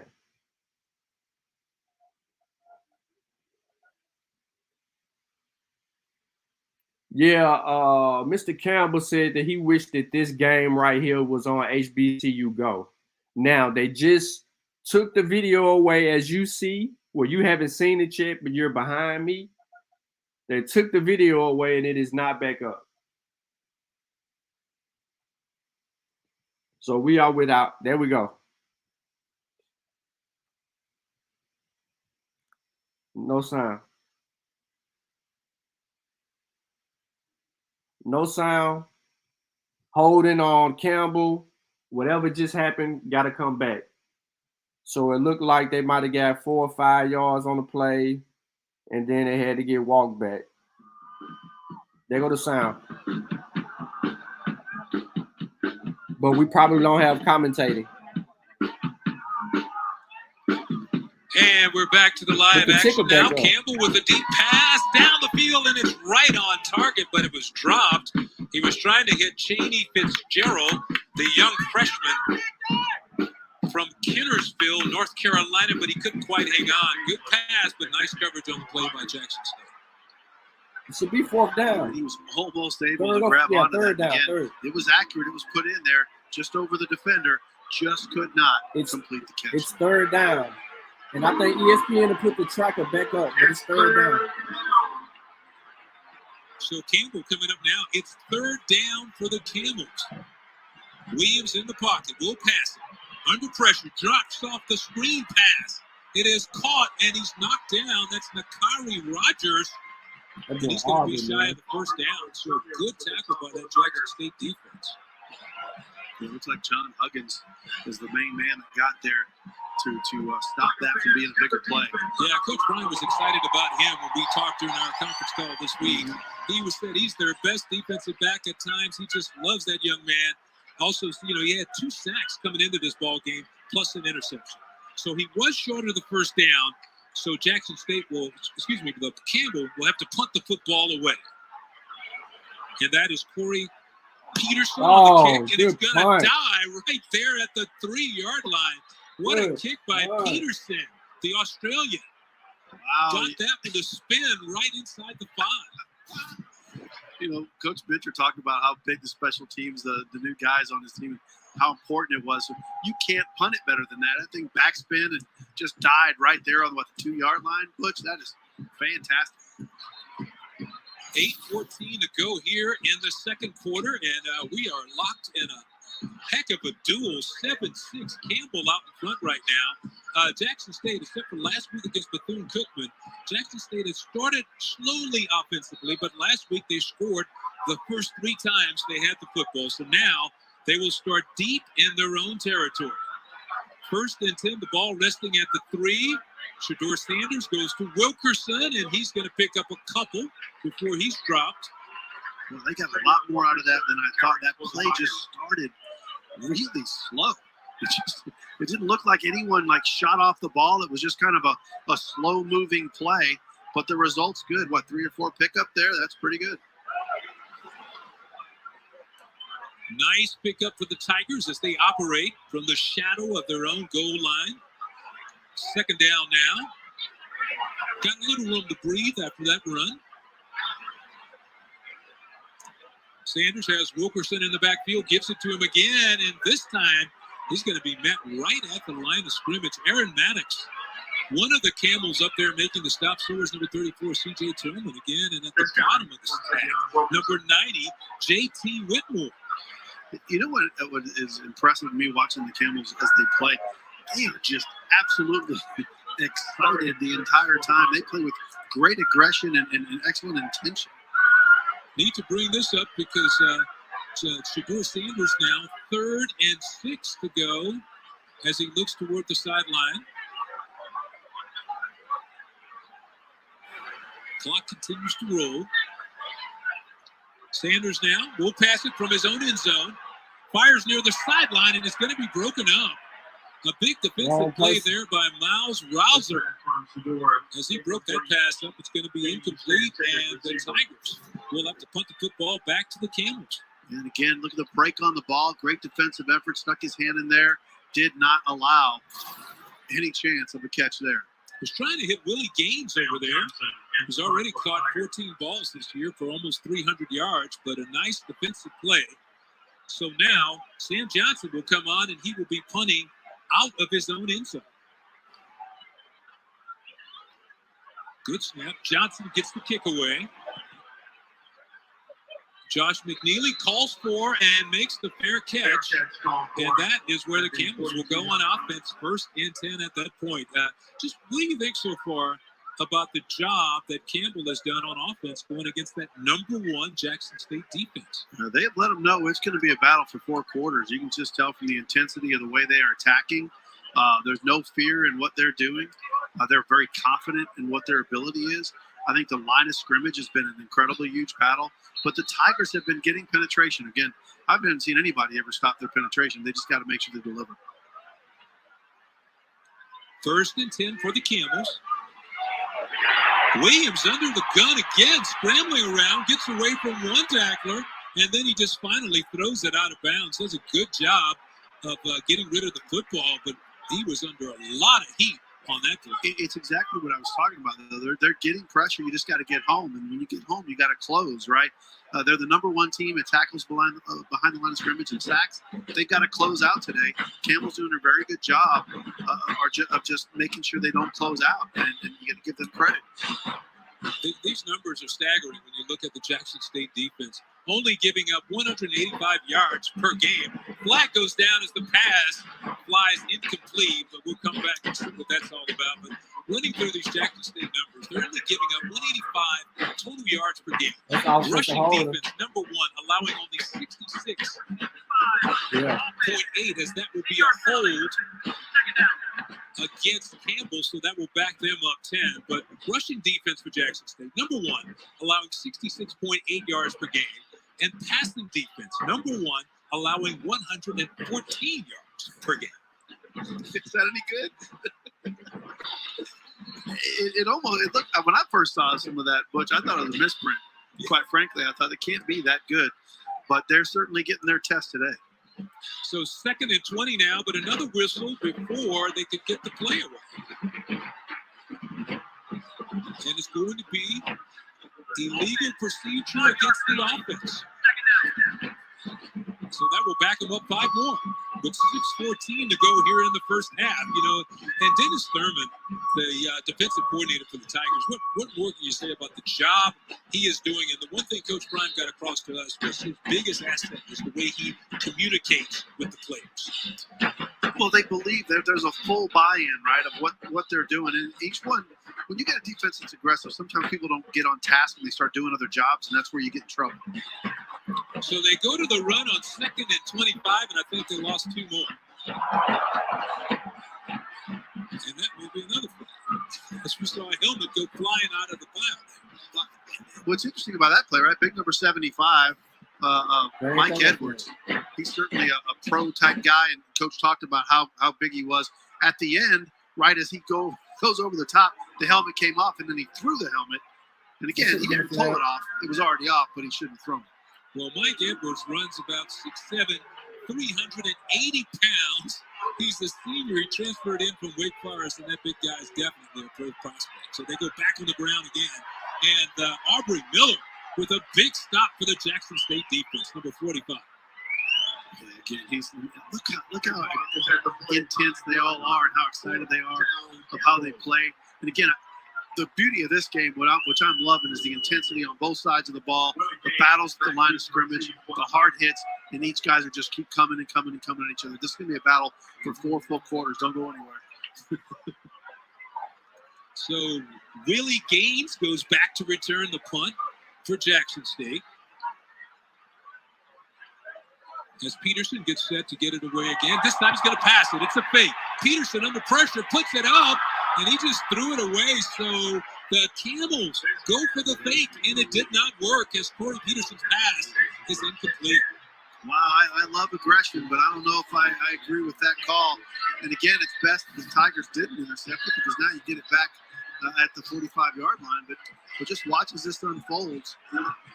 And again, right because of pressure, he wasn't able to throw it when he wanted, and that made the bad throw, and Jackson State was able to go ahead and defend that. Well, I got to think a little bit about Peterson. He gave it away too quickly. They weren't rushing the punter on that play, and if he would have just hesitated a little bit and looked like he was going to punt the football away, then the defenders turn and run the other way, but he didn't give him a chance to do that. He showed pass from the outside. You're absolutely right. He didn't sell it. So 1st and 10 for Jackson State and Shador Sanders, the 6-0 Tigers. Sanders now under pressure, rolls to his left, and that's going to be a hold. Flag goes down in the backfield. Sanders still running, and he completes the pass to Martin. But we'll see what the call is. Looked like it had to be holding there. Yeah, I think you saw that as you were calling it live. So.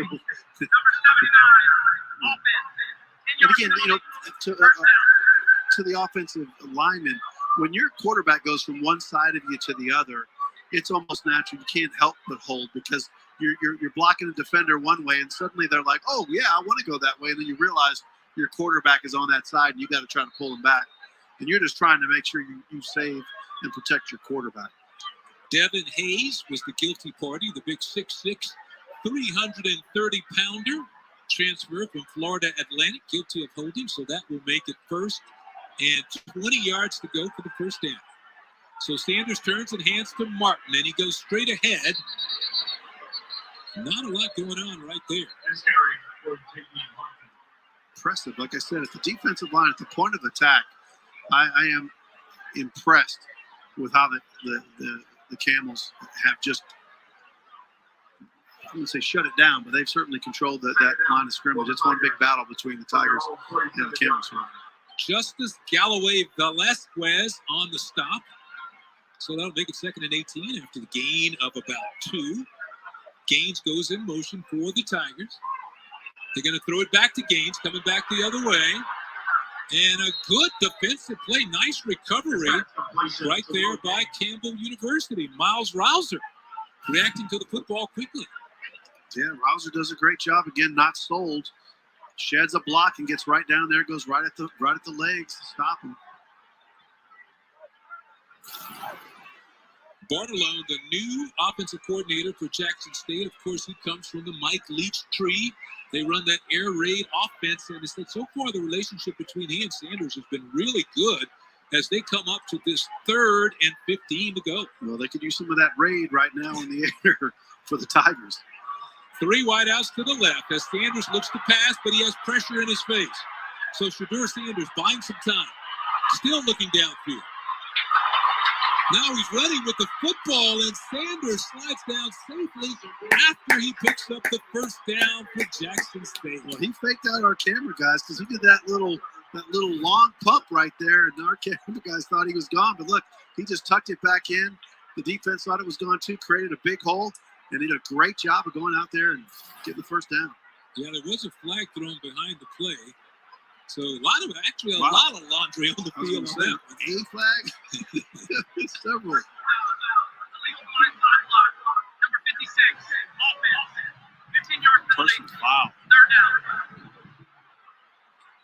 not sure who he called. I couldn't hear it there, but was it Tyler Brown, number 56? Yeah, that's who he called it on. A chop block is what he called there. Illegal blindside is what the officials are. And again, that's one of those things that if you play football, the ear hole shot, no one's looking. They don't allow that anymore. I hate that, man. Woo. Yeah, you wake up, think you're Batman. Tigers go to Martin this time. He has a big hole. Nice move. Martin picks up a first down, and he's going to be dropped by number 34, C.J. Tillman, who did a great job hustling. But how about the quickness from J.D. Martin as he picked up the first down for the Tigers? Yeah, how about that left side of the offensive line? Absolutely great job. Tyler Brown, Devin Hayes just cleared out a huge hole there. And he certainly saw some green. He just ran at it. He's just short. Yeah, he's not there. Not going to be a first down, so he's going to be 3 yards shy as we go to fourth down. And the Tigers, they're going to take a timeout with 2 minutes to go in the first half. We'll be right back in this close game. I just knew that wasn't the first down. I think the spot was bad because where he was tackled at, I don't think that was the right spot. I just don't. I'm just not feeling that. But this is why I said Martin has to be in the game versus Savion right now, because Martin is a little bit more quicker. He got the speed, and you need the speed versus the power right now. You don't need the power right now. You need elusiveness. He has a mismatch. Him against the linebacker is a mismatch. One cut, he gets up. You leave him in the game. Now you can come back, 4th and 2, and you can do two things. You could, you can't run the screen. Well, you can do the little flare out in the back, but you can go 4 wides. You can run goals. And then you can get Martin one-on-one. Or Shedeur can get it with his own 2 feet. But it depends on the defensive front. If the defensive front is a 3-down line, Shedeur has to run for the first down and just move the sticks. This drive has to end with point. If they pick up the 4th down right here, this drive has to end with points. You have to go into halftime with momentum and winning. And then you come out of halftime and you have to dominate. And you have to go take the lead and push the lead up further. You push the lead up further, then you put pressure on Campbell. They can't stick to their offense. But as long as it's a gritty grind right like this is, they don't have to get away from their offense, even though they're a little pass happy right now. Jackson State 7-6. Here we are as we're closing in on Look the at the end slot. of the first half. 2:02 to go left. Look at the slot. He's open right now for 2 yards. Willie Gaines is open right now. He's open right here. For 2 is Jackson State on 4th down, and now they're going to talk and Mike about Minter it called a timeout. The chess, I think this is a big chess match right here, right? Butch, listen, we knew we were going to have a good game today. We were both really excited, coming here and getting ready for this game. But man, it is an absolute battle. Both teams, you can see the excellence and the discipline and the energy that they play with, from start to finish. And it's a really, really good battle on both sides of the ball. And both offense and defense for both teams have really shown well. Well, I have to admit, I'm really surprised at how well the Campbell defense is playing in this one. We knew Jackson State had a great defense. I mean, the numbers actually said that they had a great defense. But Campbell today, so far, they've been doing a great job of bending without breaking. Oh, no question about it. And right here is a huge 4th and 3 for the Tigers. So Shedeur Sanders has already ripped off a big run that was called back because of a penalty. So they've made this first down several times. And so now they will attempt it for the 3rd time, and we will see if they can come up with a big play. So Sanders has Wilkerson to his right Change in the the backfield. defense. He's looking to his right, completes his pass, and that's a first down as he hits Dallas Daniels, Easy first the down. vocal leader on that offense. A young man from Dayton, Ohio, made a nice catch there, and they go quickly as we come to the 150 mark. 5-0.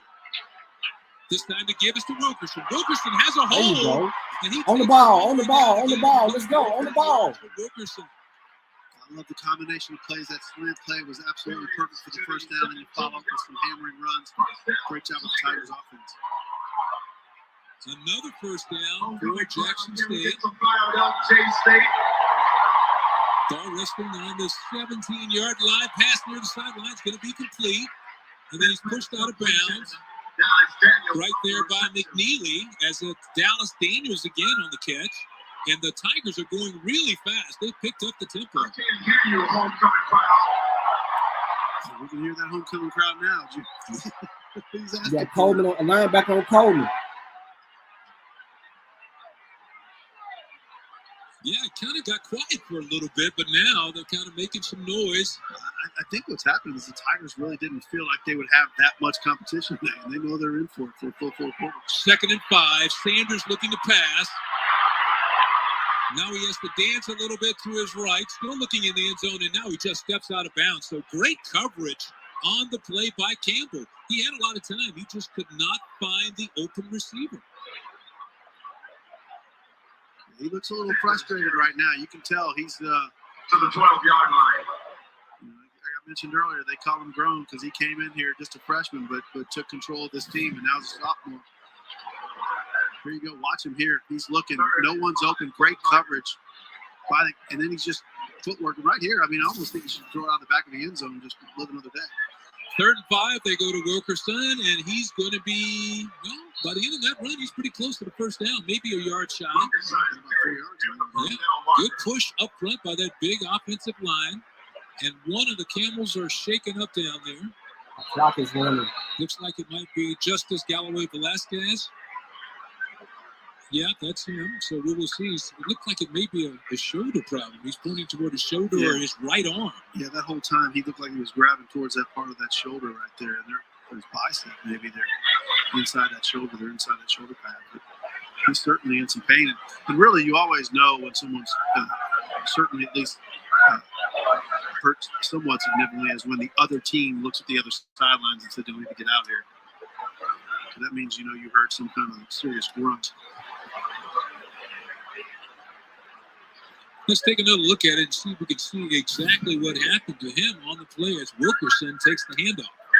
Yeah, he's stretched out right there, and honestly, it gets piled on him. It looks like that shoulder maybe pointed up to the top with bodies laying on top of him. He was stretched out and then got people, I'm surprised they're pulling him up with his arm. Well, you never like to see injuries at all, but No. in this situation, especially if you're Jackson State, I mean, they had the tempo going their way, they had the momentum going their way, they had everything really, and then this is kind of a blow, for the defense and the offense for everybody. Oh, sure. Yeah, but the good news is, it looks like he's up and he's moving that shoulder and that arm around. So you have to hope that it just got twinged a little bit. It's close to halftime, so he should get some time. They'll be able to put some treatment on it and see if he's able to come back. So he was about a yard shy of that first down, so it's going to be 4th and 1, and Jackson State already has the field goal unit out on the field. And it's going to be a 26-yard field goal attempt by Alejandro Mata, who's made 2 other field goals today. He's 2 for 2 on the day, hit from 22, and then he hit from 25-yard line. And now we have another whistle.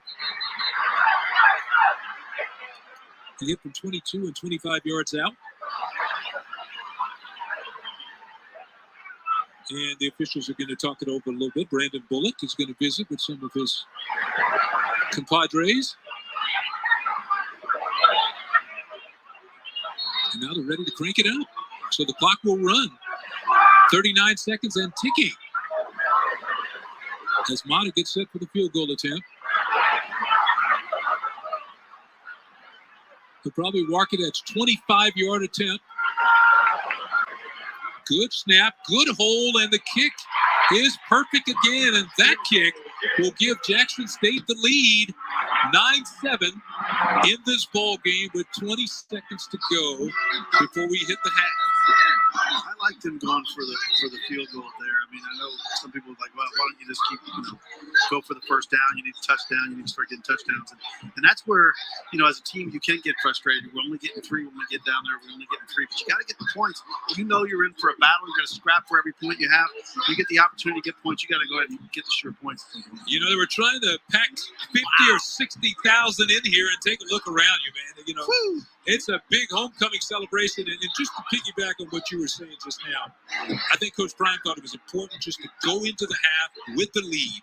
We didn't get a touchdown in the first half. We got it down there a few times, but we still are going to go into the locker room with the lead, barring any big plays. And that's what he's going to talk about. Missed opportunities. We do have a lead. Guys, imagine where we can be if we don't. We need to take care of our opportunities. A little bit of execution that you can talk about. And again, we talk a lot about the Tigers' pressure. But look, those Campbells have been in the backfield. Shador has not been able to just sit there and plant his feet. They've been coming at him as well. So we're going to tighten up that offensive line as well during halftime. So it's a squib kick. Goes to the up man, and he steps out of bounds at the 30. And that is where the Camels will take over with 16 seconds to go here in the first half. It's a very interesting first half. It's a battle. I mean, it's a really good, well-played football game by both teams. And again, the score indicates it. 9-7 at the halftime. Again, the Tigers, who are the number 1 offense in the SWAC, number 1 defense, and they are giving all they can handle today. 3 field goals accounted for all the Jackson State scoring here in the first half as we get ready for the final ticks in the second quarter. And they go to the running play, and Jackson State's not having any of that. He's going to be tracked down really quick. That will take us to the end of the first half after the carry as we tick down to the final seconds here. What a first half it was, and Deion Sanders, Coach Prime, and his team on homecoming with Aubrey Miller leading that defense. A lot of big plays in this ball game on both sides of the ball. We go to the half, 9-7, Jackson State out in front.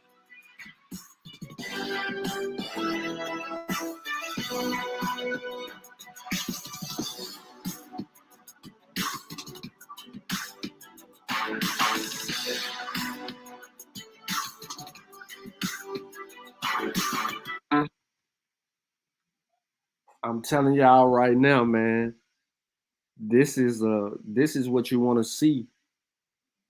This is what you want to see because both of these teams ain't barring it defensively. I think that Mentor's scheme is working well right now to prevent as many points as Jackson State should have on the board. A few busts by Jackson State receivers is what's frustrating Shador. However, that field goal and then you coming out and you get, you getting the ball at half, you see where they're weak at. So you have to go and you have to make those adjustments and you got to go tempo on offense, especially if you can get a good first down play. And I just really think that Jackson State has to go 4 wide and you challenge number 0 because he's looking in the backfield and he's playing safety or nickel or whatever. Yeah, he's playing nickel. And you have to see where he's lined up and you have to attack that. Once you see where he's lined up, you got to attack it. Right? You got to ride the running back in there, read him. Don't even look at the DN. Read him. See where he coming and hit. You got to go up tempo. There were some holes in that secondary. I think Shador missed Shane if he came open on the back end, but I never saw the cornerback. I didn't know if he was out of the play or just in a specific location. But you gotta make your plays, and It's going to be a 4-quarter game. Now, is this a running thing that has been happening all year long with the last few games up until Bethune-Cookman? Does Jackson State come out and dominate the second half of this game? I mean, the second half of this game and pull off? Or will the Fighting Camels continue to fight? If Jackson State gets it together in this third quarter, which is a big third quarter, it'll be up. Maybe we see a little bit more Travis on offense coming out of this half. Maybe we see them try to attack some of the things that Campbell was trying to get away from. But J.D. Martin is the key right now. In order for Savion to get going, he need that line to get stuff together. But we can't wait on that. You know what I'm saying? We can't wait on that. It's got to be right now, and it's got to be quick. And we need speed on the field. They can go five. That's the thing. Jackson State can go 5 wide, bro. All you got to do is take the inside guy, run him on the out, run a post, run a post, flood the right. If you got trips right, run a quick out on first down, run a quick out by the inside guy, run a post with the outside guy, and run either a option route where the inside guy can hook or run out himself. So you got 2 outs, and they got to be feet apart. What makes L'Oreal Paris hire Luana? So I thought they was gonna play the band. You gotta attack. I ain't gonna lie to you. There's no other way around it. You gotta attack this defense, because right now you letting them sit there and dictate.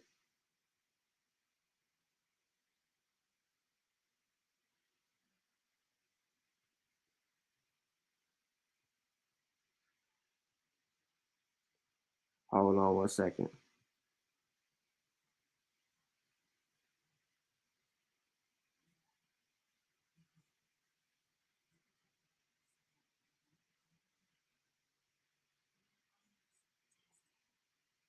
Hold on.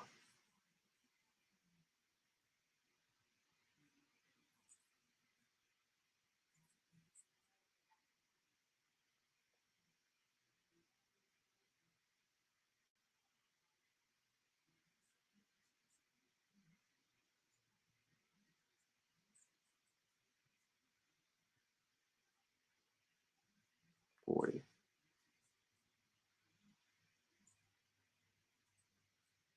So let's see what happened, man. Hey, man, don't forget to like the stream, share the stream, please. Also support the channel, $ KSLP1020.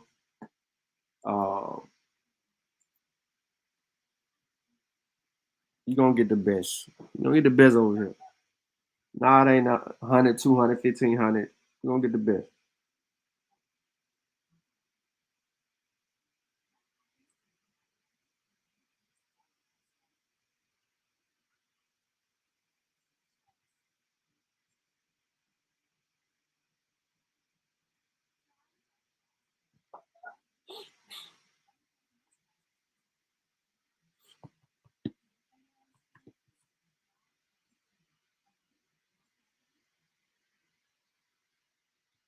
Somebody asking me questions about my dog, so that's why I'm quiet right now.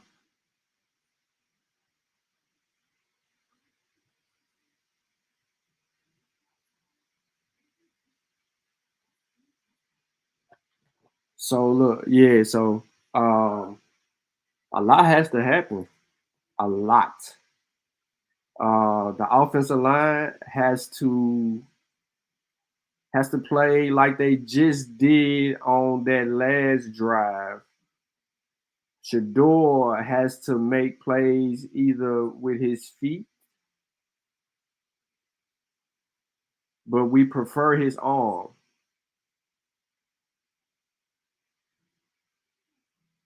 He's gotta do it with his arm. and he's gotta get going. He's not really in a full rhythm, and he got to start picking apart that defense. When he sees 3 down linemen, he knows that they're dropping 8. They're not doing any exotic blitzes. They're not blitzing him. But if he sees the 2 people coming, then he know whoever his hot route is, he got to replace. Time in Jackson, Mississippi, and we're going to bring you our SWAC news and notes brought to you tonight by Academy Sports and Outdoors. First, how about On the Mark? The 2022 SWAC Cross Country Championships get underway Monday from Tallahassee. Jackson State men's team and Alcorn State women's team are defending SWAC champions in that. And then how about the Lady Tigers named preseason parade favorites? Jackson State leads SWAC women's basketball 2022-23. Predicted order of finish followed by Alabama State, Southern, Alabama A&M, and Arkansas Pine Bluff. And then how about an all-star Bayou Classic? That's right, Grambling State and Southern's men's basketball selected to play in the NBA HBCU Classic. That's on February 18th, 2023 in Salt Lake City as part of the NBA All-Star Weekend for 2023. That should be a lot of fun. Can't wait to check that one out there. Let's take a look now at some of the upcoming games as we check out our SWAC upcoming schedule brought to you tonight by Pepsi. What do you think about that first game, Jorge? Southern University at Jackson State. Well, that's going to be a good one because Southern's, is really starting to get into their role. And, of course, Jackson State, as you see, they're consistent. They get things done. So that'll be a big one. Southern, is going to be looking at this schedule. Been looking at it for a while. Then you have homecoming for Texas Southern taking on Lincoln. How about Alcorn State at Grambling? That is where we will be. We will have the call for that one. Bethune-Cookman taking on Prairie View A&M. Should be a win for Prairie View there. Bethune-Cookman has been struggling a little bit. And then Alabama A&M versus Alabama State, of course, in Birmingham for that one. And then we wrap it up with Arkansas Pine Bluff taking on Florida A&M in Tallahassee, Florida. That should be a good ball game too. Yeah, it should. But that Alabama one, I tell you, whenever you play an in-state, it's always good. Everybody knows everybody, and it gets tough. Okay, let's see where we are in the standings. The SWAC standings brought to you by Chevrolet. You see Jackson State 6-0 and 4-0 in SWAC play in the East, and then over in the Western Division. A little tighter right there. Southern at 3-1 and Prairie View A&M also at 3-1. Yeah, and then you got Alcorn State right behind them. So yeah, Southern and Prairie View A&M look like they'll be battling. And again, with Southern playing Jackson State next week. Okay, we'll be right back with more of our halftime report in just a minute. What have we here?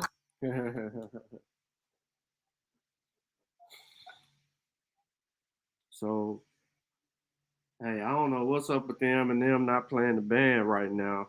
I mean, they've been giving us poor quality video all day.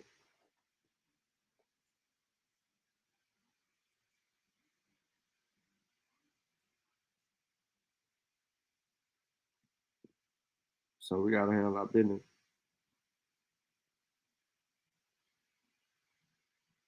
Yep.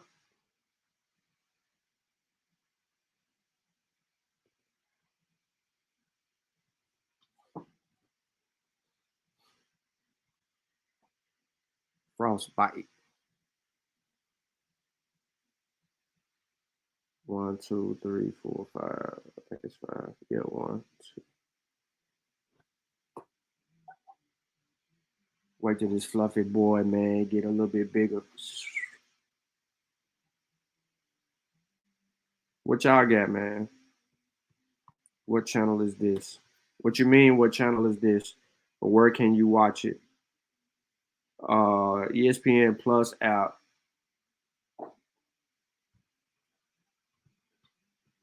And right now we're on the break. Big T from DC was good. Mata the MVP right now. Jackson State gonna have to score more than 20 points to win. They gonna have to hit. They gonna have to score some points in this half right here. I think if they can. And Minta's smart, man.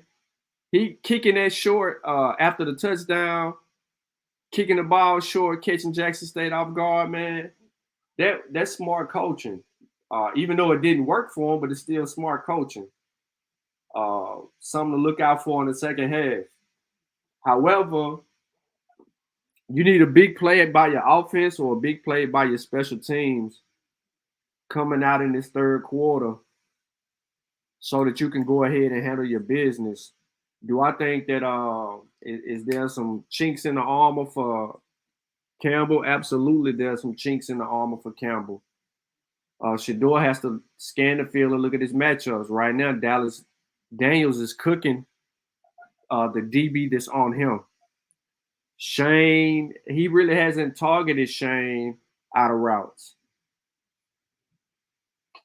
Okay. So Aaron, you in the chat now. I was looking for you earlier. You probably was in another chat. But I wanted to holler at you because I wanted to see what you thought about them route combinations. You know what I'm saying?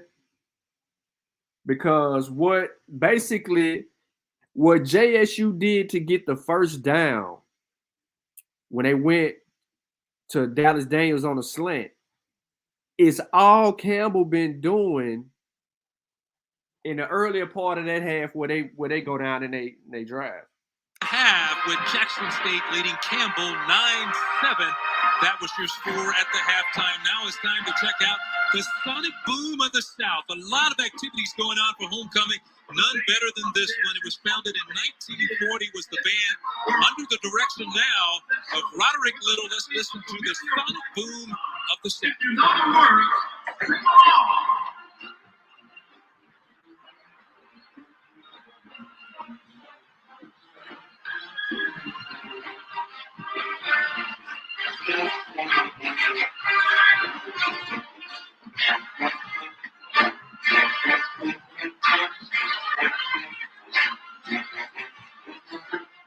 That's right. Our nationally ranked Jackson State football team has an undefeated record of 6-0, and after today, it's a tough world to achieve.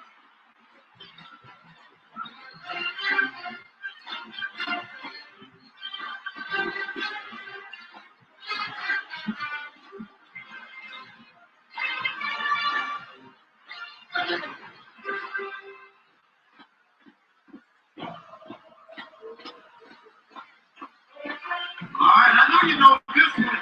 2-2-7.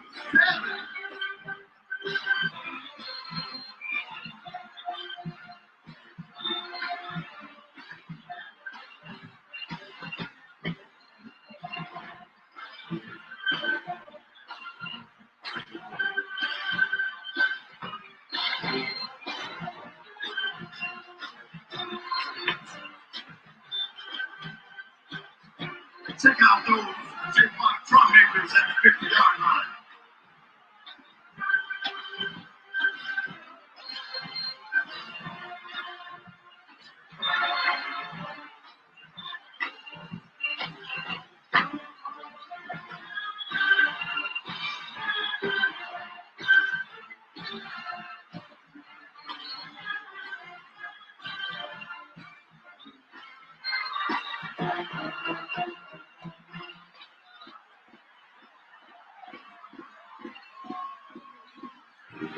All right, I know you know this one. Good time.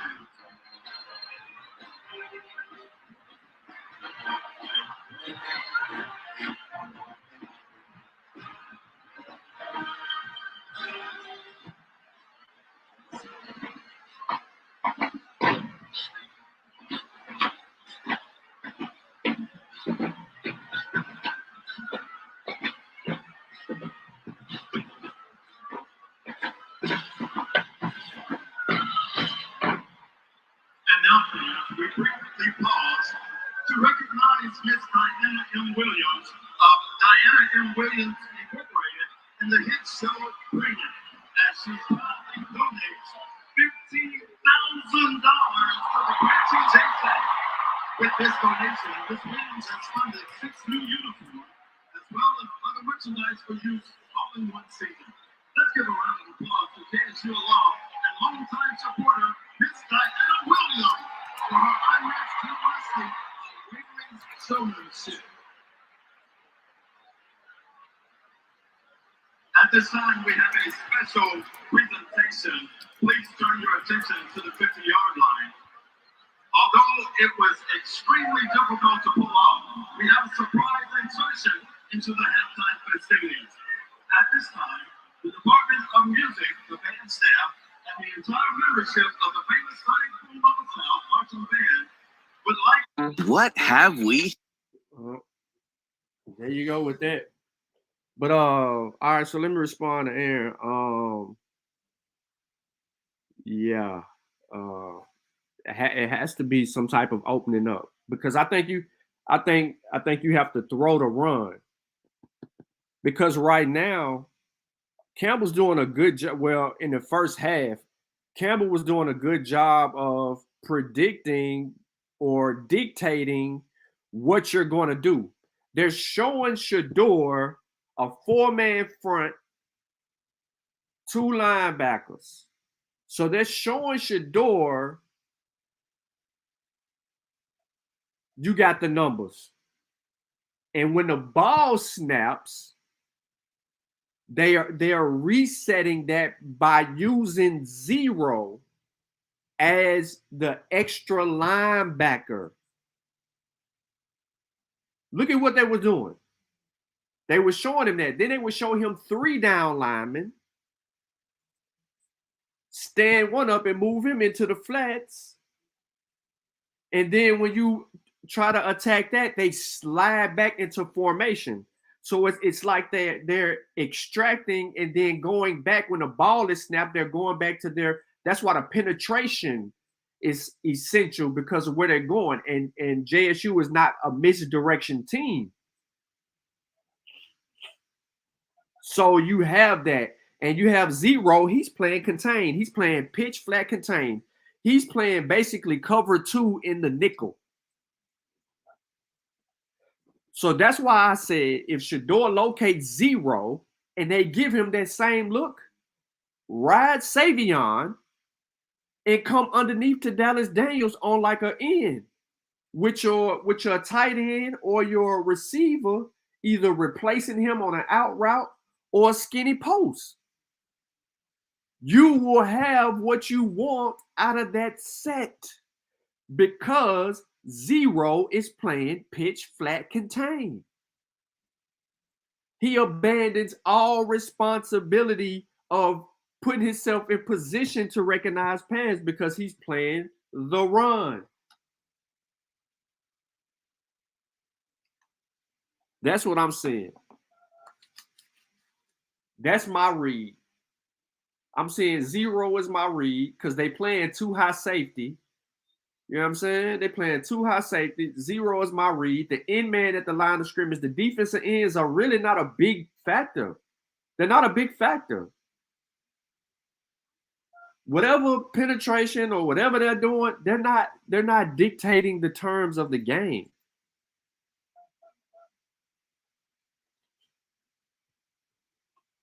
That's not even what's going on. So we're getting what we expected so far. You know, this defense is doing what it needs to do. This defense now, I'm not going to lie to y'all. I'm finna just keep it a buck. This defense has to, once JSU goes down and score, this defense has to force another turnover, period. Memorial Stadium in Jackson, Mississippi. Hello, everyone. I'm Butch Alcindor, along with Jorge Vargas, and we saw a whale of a first half, even though it wasn't a high-scoring first half. 9-7 is our score here at the half. 3 field goals for Jackson State, put them out in front, and then a great touchdown by Malik Williams, who ran it in from 20 yards, diving into the end zone. Let's talk about the 2 coaches, though. Mike Minter for Campbell, of course, and then you have Coach Prime, Deion Sanders for Jackson State. We had a chance to visit with them this week. When we talked to Mike Minter, he said, I just love Coach Prime. I love that guy. I love what he's doing at Jackson State on the field and in the community. Yeah, because he said, and again, both coaches talked about this. You can see the personality of the coaches within their team, how hard they work and how hard diligent they try to be, as Coach Prime says, dominant, right? And carry that to the community.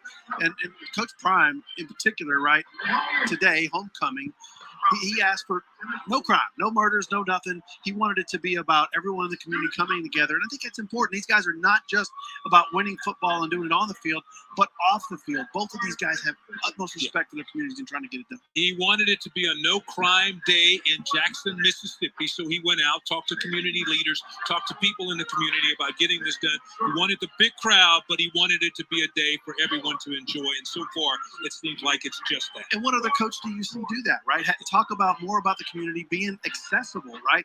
A guy like Prime could easily kind of hide away and just say, hey, I'm about winning football games. But he makes himself accessible a lot to the community. He gets out there and he's preaching the message, and he's preaching it to his kids. He's saying, look, you got to go out there and be members of your community. You got to be great. And Coach Minch was doing the same thing. And that's why both of them agreed to play. At the end of the day, they said, look, I want it to be good for your program and good for ours. And it's doing that. And we have got a heck of a football game. We knew it would be good. But I don't think we knew it would be this kind of battle and just tough all the way through. Not a lot of scoring in the first half, but a lot of action. So let's take a look at some of the highlights from that first half. 9-7, Jackson State out in front. 2 long drives to start. Jackson State had a 14-play drive that led to that field goal from 22 yards right there from Alejandro Mata. And then Campbell came right back behind that guy, Malik Williams, as he dives in for the touchdown. Yeah, great improvisation there on him. And there you see another field goal up and through. And, both coaches talked about the importance of the kicking game earlier in the week. And, boy, did that come into play in this ball game. It was huge. The punting also. Yeah, Coach Prime doesn't want to settle for field goals, but I think those were smart. Put them ahead, 9-7. That's what you want to do.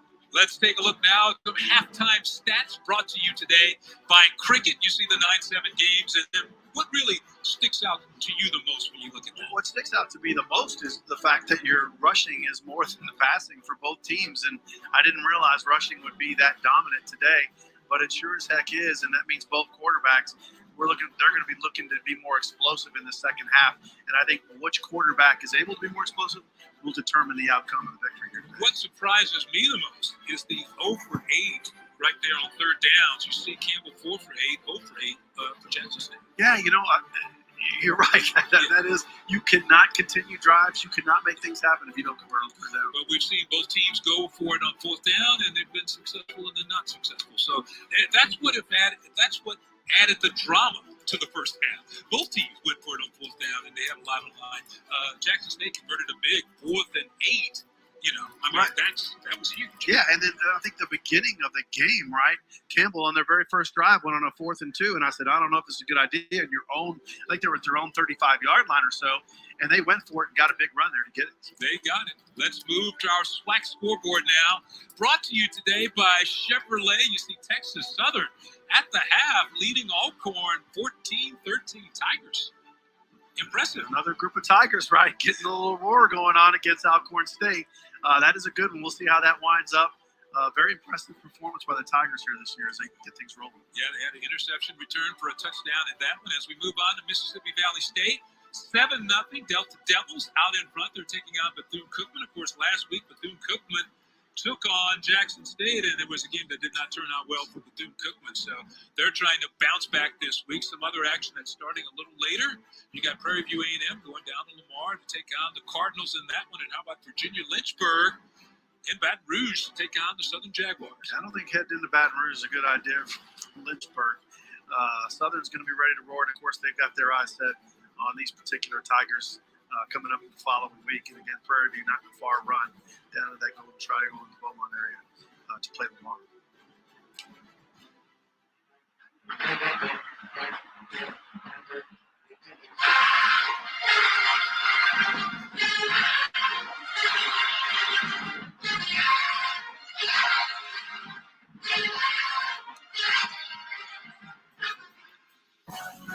SWAC football on ESPN is presented by Rocket Mortgage. For an expert partner to help you buy your new home, Rocket can.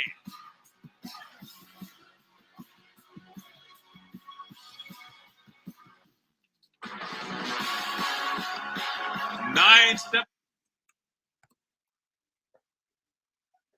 Third down, man. What stood out to me was third down. Jackson State is not converting third down.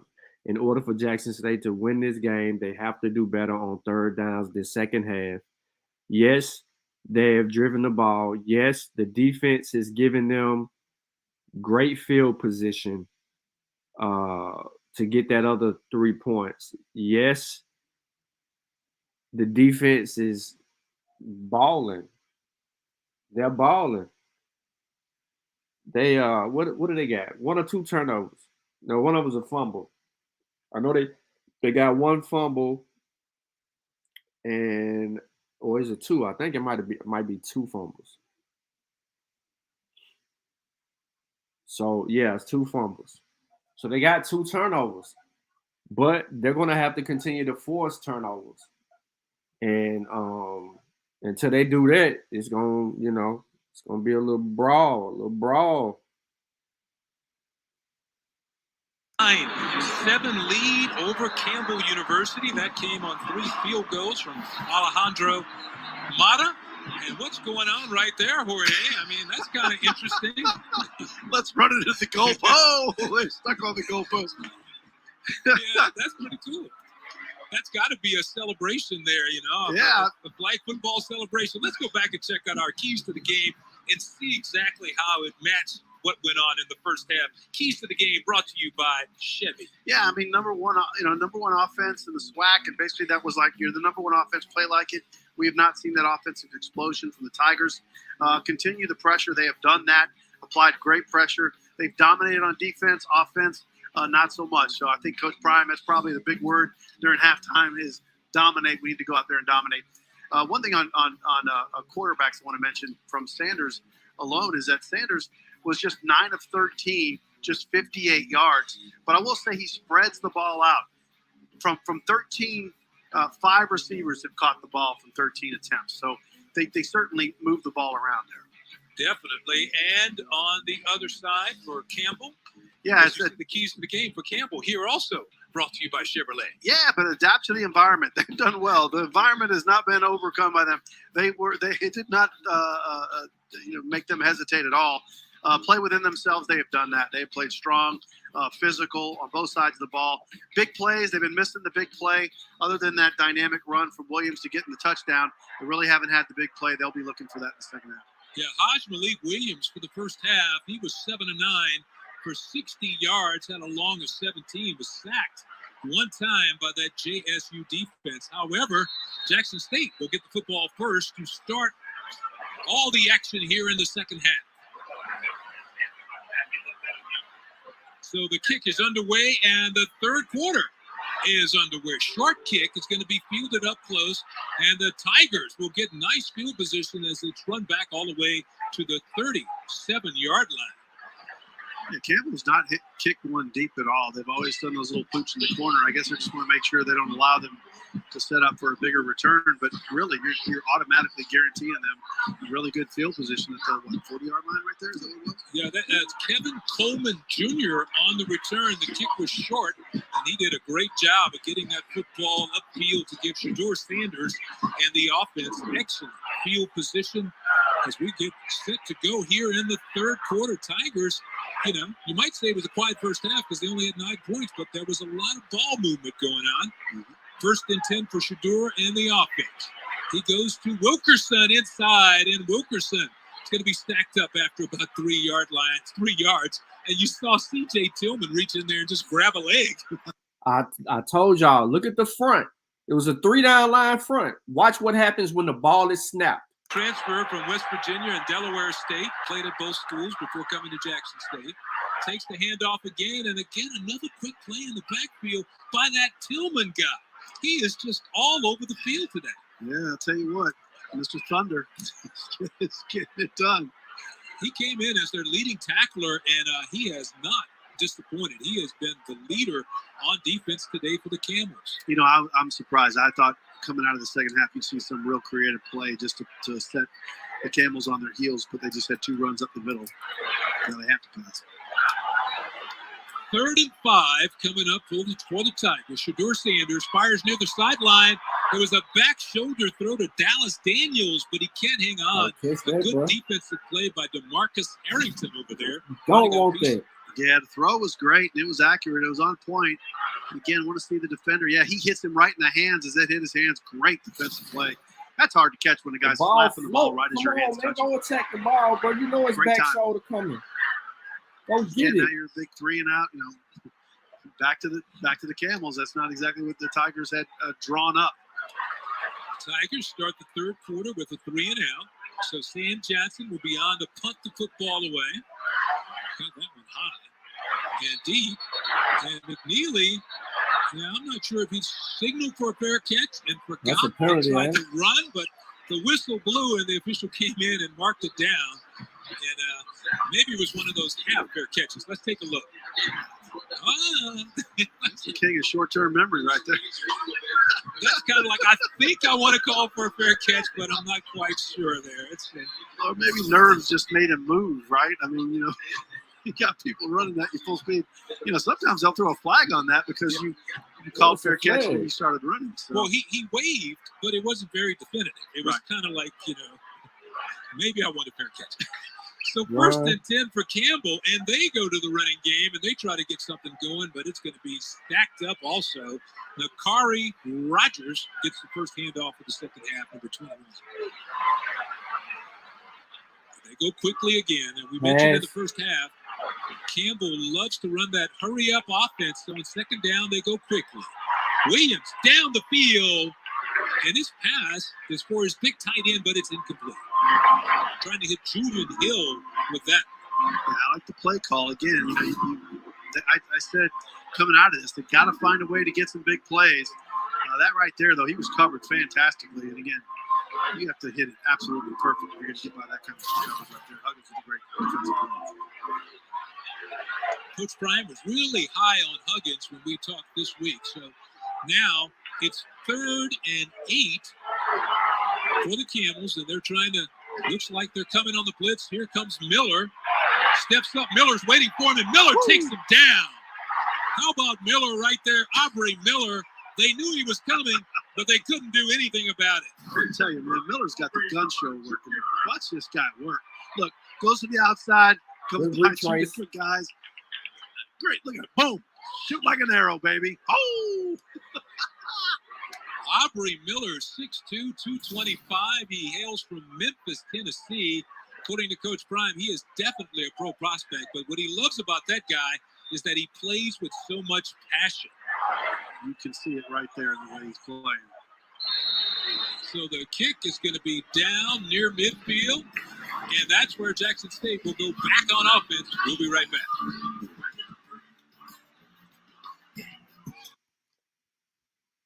So let's see if Jackson State goes back to tempo. Take the tight end out and go tempo. They're showing you 3 down linemen, but they're run blitzing.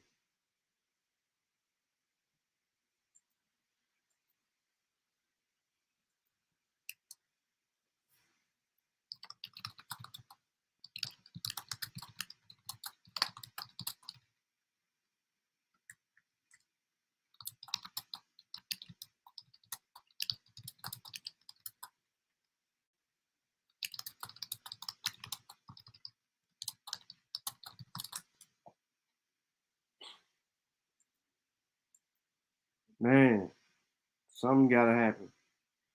So again, the defense is playing good, man. It's on the offense now. It's on Shador and Bartolone. Shador got to recognize when he need to come up off of something.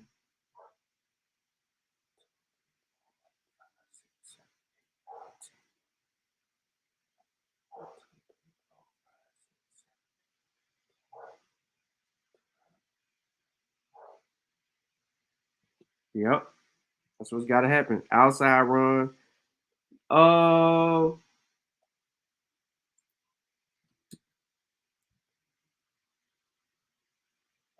Outside run, yeah.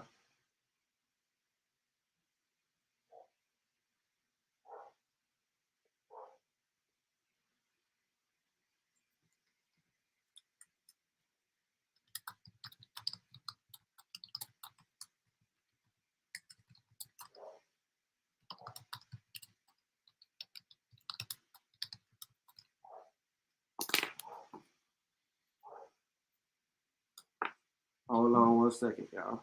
There you go.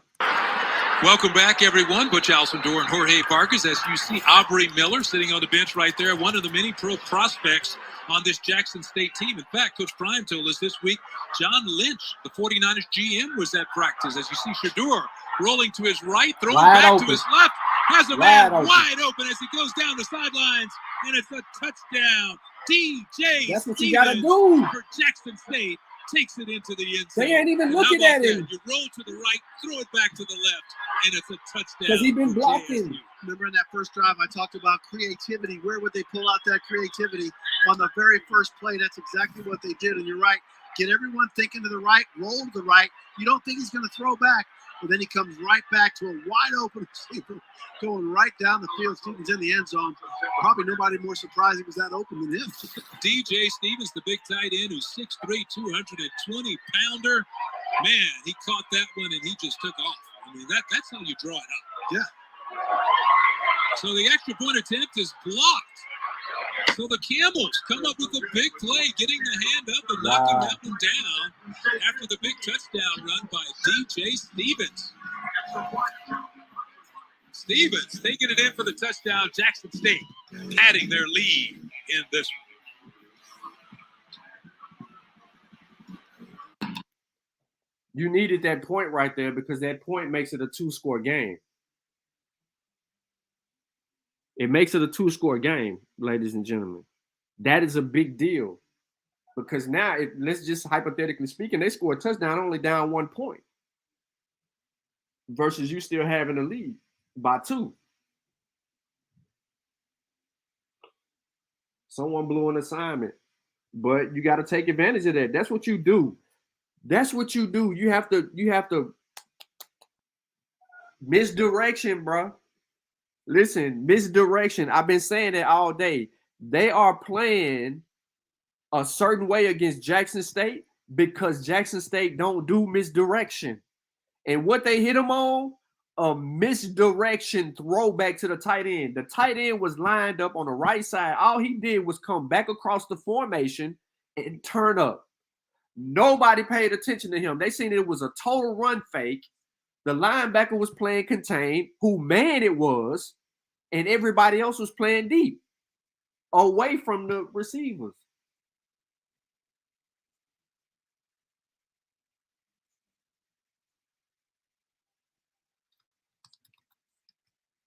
So it is what it is. They caught Campbell slipping right there. They caught Mike Mentor slipping right there. And it ended up being a hell of a play. Campbell's secondary is not the strength. The strength is number 21, the 4-star safety. He's pretty good.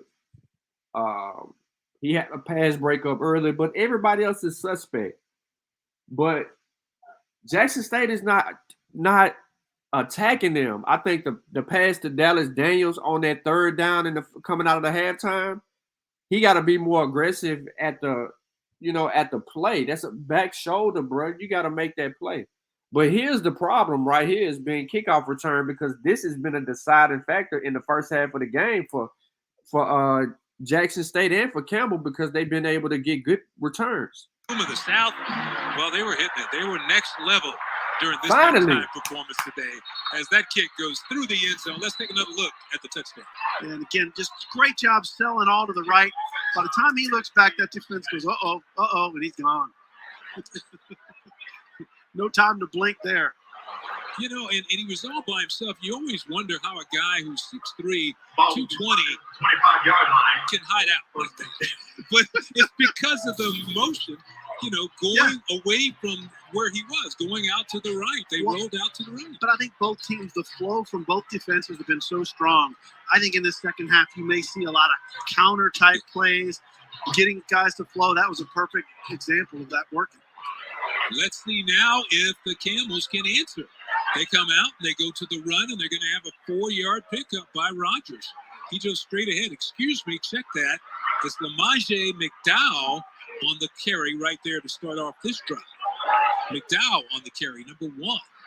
And he gets it again. Good block by the fullback, and he bangs it in there for a couple more. Lamage just seems to know one way, and that is direction forward. Not a lot of movement. I'm running straight. Lamage McDowell, and he's going to get it again. This time he's caught in the backfield by guess who? Aubrey Miller at the bottom of that pile, and he is fired up right now. Aubrey Miller putting on a show on the defensive end. My gosh, he looks like he's in a WWE ready to jump off the rope. When you see a play like that, you know these guys did a lot of film, tape study, whatever you want to call it this week, because he was shot out of a cannon. Oh, no question about that. The discipline of the Tigers has been absolutely fantastic. And again, right there, they said, oh, you think you're going to come right at us? Not today, my friend, not today. So Campbell to punt it away. He gets it away. Willie Gaines back to return for the Tigers. He has it. He's caught and spun down at about the 16-yard line. So Gaines not really having an opportunity to get rolling right there before he is tackled. So that is where Jackson State will take over the football again. 1st and 10. And you can see the crowd really starting to get into this one. Yeah, good tackle there by Monchamia Gaffney. That was a great open field tackle. Whenever you can grab someone and sling them down like that, that is pressure. But you're right, the crowd here is going bananas now. Now they've got some plays to get excited about. They went in at halftime. And now can this Tigers offense continue and create Travis one-on-one, baby. Travis one-on-one, baby. Coach talked a lot about during our call this week, so he's been impressive. Go to him. I thought he was going. Comes near the sidelines. It's complete, and it's not going to go far. That right there is Travis Hunter on the catch, number 12. He's going to go big deep. Recruit that was landed by Coach Prime in Jackson State. He's been injured. So they were trying to get him back into the mix to work him into the offense during this ball game. They want to find a scheme for him to do his thing. That's exactly what they're looking for. Maybe an inside screen where he comes to the inside and see what happens. 2nd and 5, and they go to the run, and Wilkerson bounces it to the outside, and he has a 1st down for the Tigers. Just a good job of stealing that edge by the tackle, allowed Wilkerson to get outside. Yeah, he's averaging just over 4 yards a carry. Right before that, he had 48 yards rushing. Tack on about 53 now. Rushing. Good job by Wilkerson. That was big. Devin Hayes, who basically sealed that thing off and allowed him to get the big gain. So on 1st down, Sanders cranks it way downfield. It's a long pass, and it's going to be incomplete. He was going for a Hunter on the play, and you can see Travis shaking his head there. He wanted to have a shot at catching that ball. Yeah, I told you I thought they would do something a little bit more inside, running a slant, giving him some room on the run. Crossing. But I'll tell you what, Sanders, that's the first time. I think maybe it surprised him so much he actually had time. There was no blitz. He actually had plenty of time to rear back and throw that ball. So Sanders again on 2nd and 10, rose to his right, completes it to Wilkerson, and Wilkerson is going to be dropped out of bounds. Good tackle by Harrington there. Good one-on-one tackle. And they're still talking about it. Did you see that last part of that? He tried to slam him down, and Wilkerson landed right on his feet and then pushed him down. And you had some little extracurricular conversations, we'll call it. Well, Wilkerson is listed as 204, but he looked like he could be at least 215. I was going to say, he looks heftier than that. He's certainly running strong. So Coach Prime checking out the action as his team out in front, 15-7. Shedeur Sanders on 3rd and 4. Here comes the pressure. Pass is over the middle, and it was intended for Gaines, and it's incomplete. Yeah, I think it skipped into his arms and was like, man, I wish I could have got that off the skip. Gaines was open on the play, but the ball, as you said, bounced in. Oh. He dropped it. He just dropped it at the end. He was right there in his gut there. Good pass. Got him the ball in good shape, really. Wow. Damn, he needed that. It's a bad miss right there for the Tigers. And again, we'll see if Campbell can make something happen. So Josh McNeely back to return the punt, and this time he called for a fair catch, and everybody could see that. So good job there, Josh. Make sure he waved everybody away from that one. So the ball will go back over to Campbell. But in the second half, it's been the Jackson State defense that has really been flexing their muscles here in the 3rd quarter. And right here, now I will not be surprised if Campbell tries a big chunk play right here on first down to start this drive. I mean, they know they need one. They've been running on first down a lot. Let's see if they try to pop one high. Malik Williams has gone all the way at quarterback, runs it inside, and a big hit coming from the Tigers. That was number 6, John Huggins, who came up from his secondary position and really laid some wood down. Yeah, watch him. He comes with just watch his explosion right into the hole there. Perfect form tackle, just explodes into the tackle as well. Hit him right in the chest. Yeah, he hit Makari Rogers before he ever had a chance to get started. So 2nd and 11, a loss of 1 on the play. This time Williams throws, has an open man, but he cannot hang on. Tried to hit Austin Height. Yeah, Height's shaking his head a little bit there. He got kind of rang up a bit. Again, that Tigers defense really flexing, showing that toughness in them. And again, Miller is certainly that drum leader. Aubrey Miller's been primed up since the beginning of this game. Yeah, Coach said now he's one of the leaders on that defense, and he's doing it by example here in the second half. So 3rd and 11 for Campbell. Williams slides up in the pocket, tried to throw it underneath, but it's incomplete. Wanted to hit his big tight end, Julian Hill, but a good defensive play again by Huggins in the vicinity. But we do have a flag down. Let's see, it's going to be holding against Campbell, so they will decline that one. And he was trying to hit his big tight end, Julian Hill, who everybody told us this week is a pro prospect. The interesting thing about him, he came on campus as a quarterback. Was a quarterback when he first got there. I had to tell, I asked Coach, I said, how'd you get him to eat his way into a tight end body? You know, because you go from quarterback to tight end. That's tough. That's the one he had a 24-hour pass to the fay line. Well, he's coming in about 250, 255 now. As the Camels kick the ball away, Gaines back to return. Bobbles it, tried to pick it up, it's still loose, and Jackson State was able to fall on it. Wow, that almost was a huge turnover in the game. But a good job by Jackson State to get on that football. Like Mike Swain was the guy to get there to pick it up. Watch that ball bounces up, and it always can take a precarious bounce, but it looks like that's Travion Beasley on the recovery for the Tigers. Beasley was there, and that would have been a big turnover at this point in the ballgame. So far, the only big turnover has gone to Jackson State on the sack fumble, where they got possession of the ball deep in Campbell territory. But that was a nice, almost a big mistake there, but they avoided it. So 1st and 10 for Shedeur Sanders in the offense. Shedeur Sanders, the leading passer in the SWAC coming into this tight end set. It's 12-19 with 117 yards so far today. Sanders looking to throw on 1st down. And he completes it underneath. He has Dallas Daniels. And Daniels has that 1st down and a lot more on that completion. Yeah, maybe what they did was they showed him his stats. He didn't like it at halftime. He said, I got to start getting some completions and moving this ball up. But again, wide open, way too much room. The Camels giving the Tigers. If you're going to do that with the receivers, you're going to see it in the two-man route. Yeah, Daniels came from the right side. He came all the way across the field, and he was wide open. Tough to cover a guy that far. So his pass is complete near the sideline again. That time to Rico Powers. He's going to have a short gain. Yeah, and to run a drag route that far and get there, that tells you the offensive line is doing a great job. 2nd and 3. Again, it looks like that offensive line, there's less pressure from the Camels in the second half. Yeah, and, we thought maybe at some point J-State could wear him down a little bit. Shedeur Sanders on 2nd down. Will throw it. Fires near the outside, and that's going to be a 1st down. Nice catch over there by Daniels. And Coach Prime was just raving about this guy and the job that he does for his team. And again, he went back to the ball.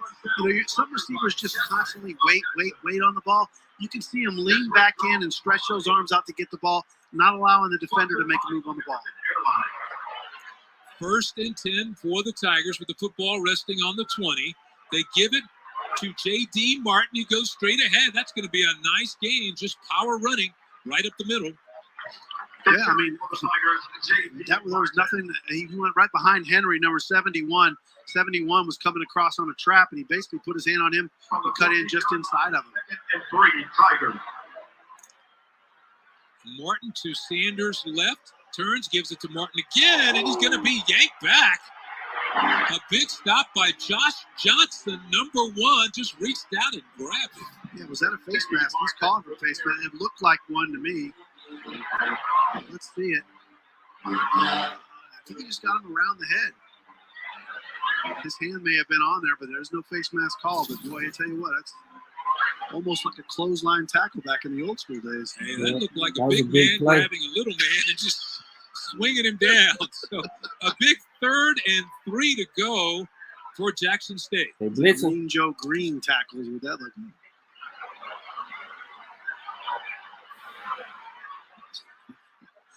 So there he hands it off to Martin again. Martin's going to be close to that. Go to that play, Shador? And who makes Why would you go to like that play, bro? Yes. Good play on recovery by Jonathan Jones, number 4. And a big turnover. They barely avoided one on the punt. And we see our referee checking out the situation. He's just checking out the spot of the ball. Let's take a look and see if we can see the fumble. Jackson State University football. It comes squirting out. Came out. Jonathan Jones jumped on it in a hurry. And that is the first turnover of the game for Campbell. They will start now deep in their own territory at the 9. They go to the run, and that's going to be a nice pickup on first down as it comes right up the middle with that one, number 21, Nakari Rogers on the carry. That was huge because that takes points off the board. Jackson State was going to have at minimum a field goal on that drive. So the ball goes to Campbell. They go back to the running game again, but this time he's hit in the backfield, may have gotten back to the line of scrimmage, and that's about it. Yeah, you are right. That turnover took off 3 points, which makes it a two possession game. And so now you're still within reach right now. Geronte Davis on the stop. I think we did have a flag in the backfield as the officials. There it is. We're talking it over. Personal foul, face mask, number 85, offense. That's the second goal. Second down. Wow, so it's a personal foul face mask call against Julian Hill, the big tight end. So that will back up the Camels.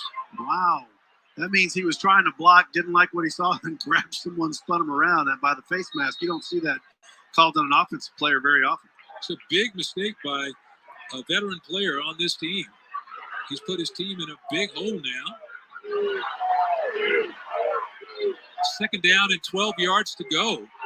Williams under pressure in his own end zone, throws it up. Safety. That's a penalty. That's a penalty. And the crowd wants to get illegal grounding of the football. No receiver. There was no one there. There was nobody home. Intentional grounding on the play. Let's see if Williams got out of that box. Scrambled, and he comes right back. I don't know. Aubrey Miller was right there on him for a safety. They called, well, I mean, the way he threw the flag on top of Miller on top of the quarterback, I don't know if they called that unnecessary roughness. I mean, it was just a good tackle on the quarterback. Maybe the last minute of him putting his weight behind him. Well, we do know this. If it's an offensive penalty, it will go down as a safety because the quarterback was clearly in the end zone. Correct. And we do need to mention that last week, Jackson State had 3 safeties in the game against Bethune-Cookman.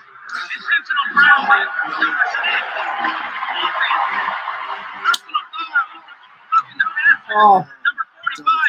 Offsetting penalties. Illegal grounding of the football and then the roughing in the end zone. But look, now watch this on Miller.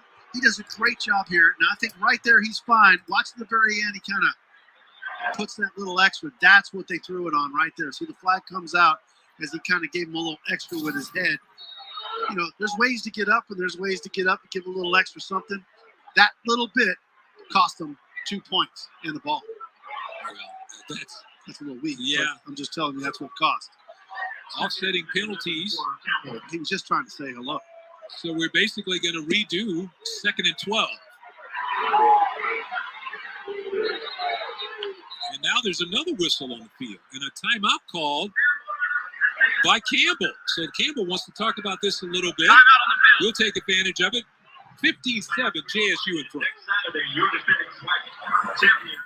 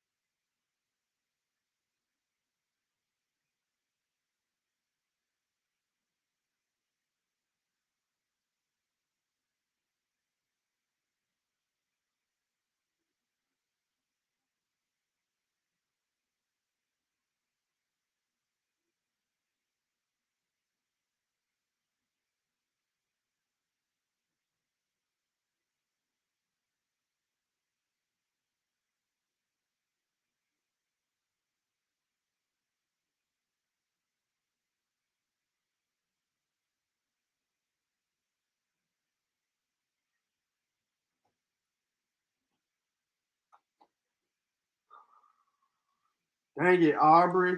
Just get the pressure, bro. Get up and get gone, bro.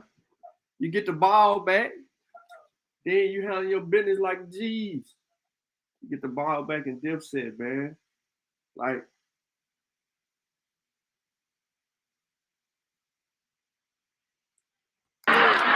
Big second down coming up for Campbell with the football resting inside the 10.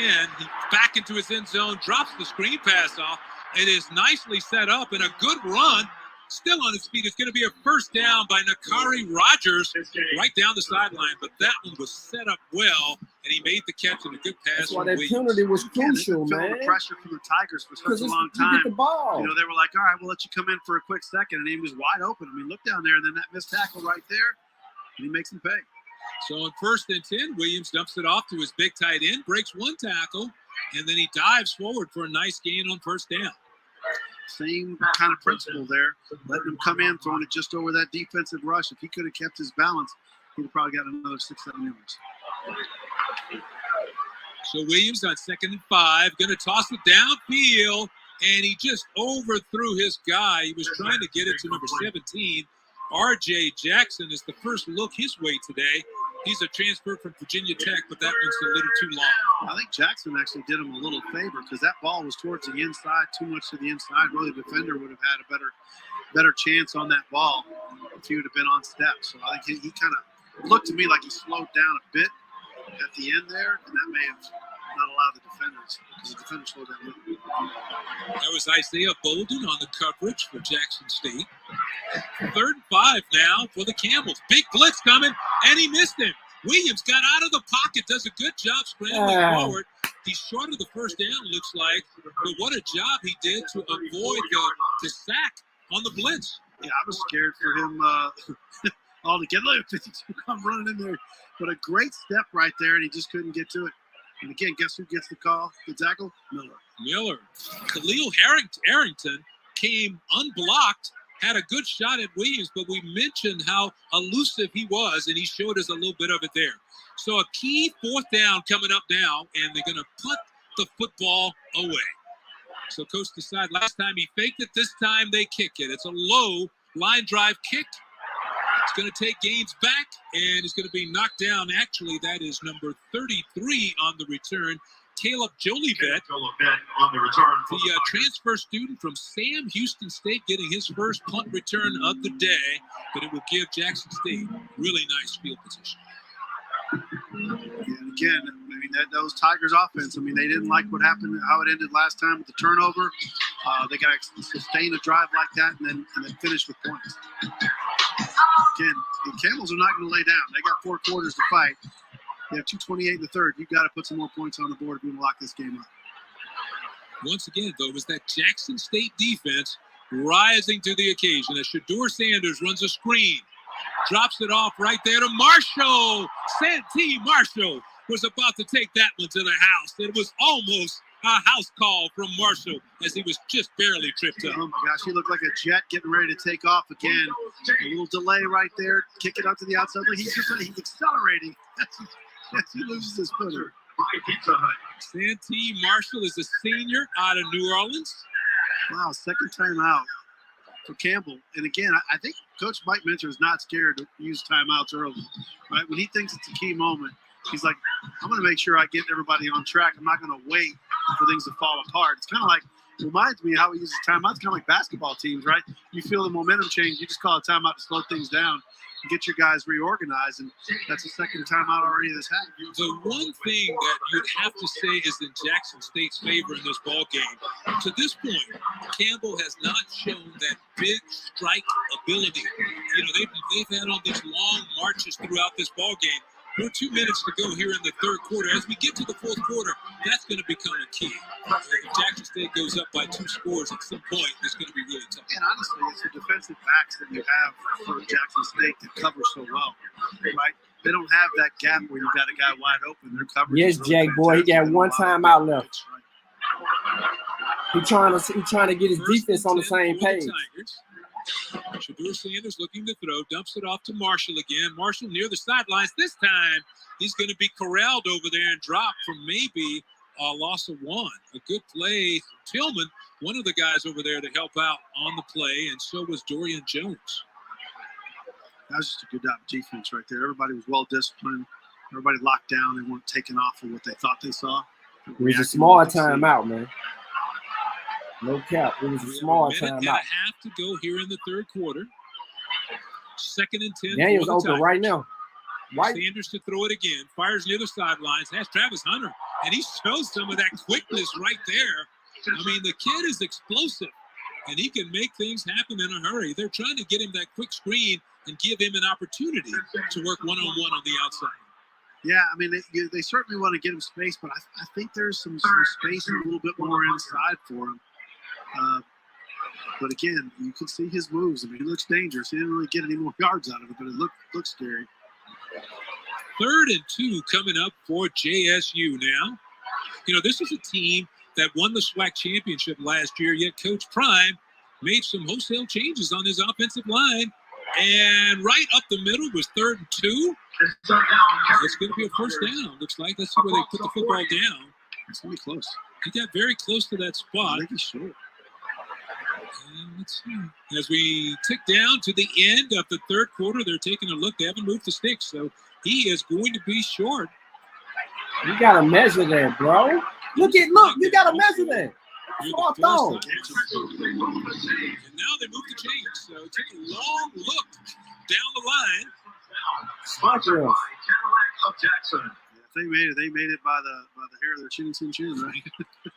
He was going to be close. It was a good surge from that line. It just really depended on the spot. Mm-hmm. So 1st and 10 for Jackson State and Shedeur Sanders. He goes back to the run. This time it's Wilkerson, and Wilkerson showing off some of his power there. And he's just moving forward. They still couldn't tackle him. Yeah, they blew the whistle on it. He was still going. He was still going as we come down to the final 10 seconds here in the third quarter. Wilkerson's been impressive. 13 carries, 58 yards, 4.5 carry. Yeah, he's tough. He's giving this team a running game, and that takes us to the end of the third quarter. Jackson State out in front, 15-7.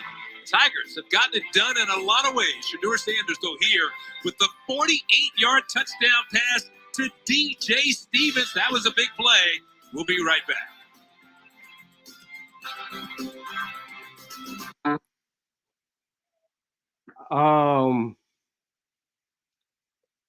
I don't see what the announcer sees when they talk about going inside with Travis.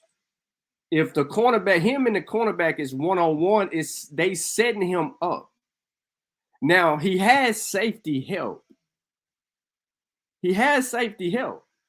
So if he runs a go again, we just gonna see the safety just haul ass up out of there. So is this one of those opportunities where you send Travis on a go again to get the safety to haul ass out of there, and then you sneak the tight end back out into that flat area and throw him the ball again? This could be, because Campbell has not responded to the 2 tight end, 2 receiver set yet positively. They haven't stopped anything in that set. As a matter of fact, it's caused more problems for Campbell because they were not prepared for a 2 tight end set. See, that's coaching. You ain't showed a 2 tight end set all year. You ain't showed a 2 tight end set, and now you show a 2 tight end set, and it's causing the defense problems. And then you only got 2 receivers in the running routes, and you picked up first downs off of that stuff.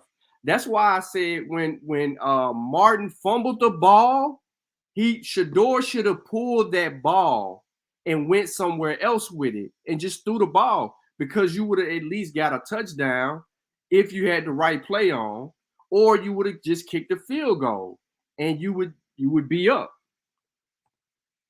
I mean, you dominated the entire third quarter, time of possession in the third quarter, and your defense is playing great defense. So I just think that they just got too committed to trying to sneak the run in there, and that's what they're doing right now, versus let's set the run up a little bit. And that can be a problem. But as of right now, you got an 8-point lead going into the fourth quarter, and you've been able to drive the ball from one end to another, or field position is now in your favor. You gotta handle your business. You gotta handle your business. Absolutely, man. You could just feel it. They want Travis to score, bro. Like, Shedeur's literally. Hold on, let me refresh. But Shedeur's literally going that way every time, because they don't connect once. You know, that was on the D-box, so they don't connect there. But everything else, they own it.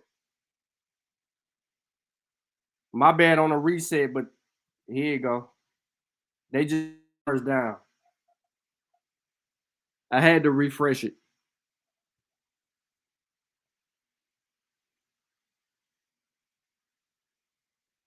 Tempo, and now Sanders will slow it down as he looks to the sideline.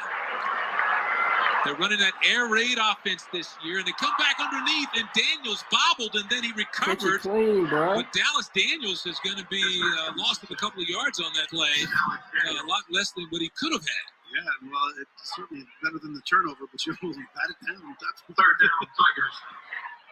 Yeah, you don't want to pop that ball up in traffic like he did right there, and he did a great job of getting back on it. And now we have a third down and about 7 yards to go. Wow, Excuse me, second down and 7 for the first down. Correction, second down.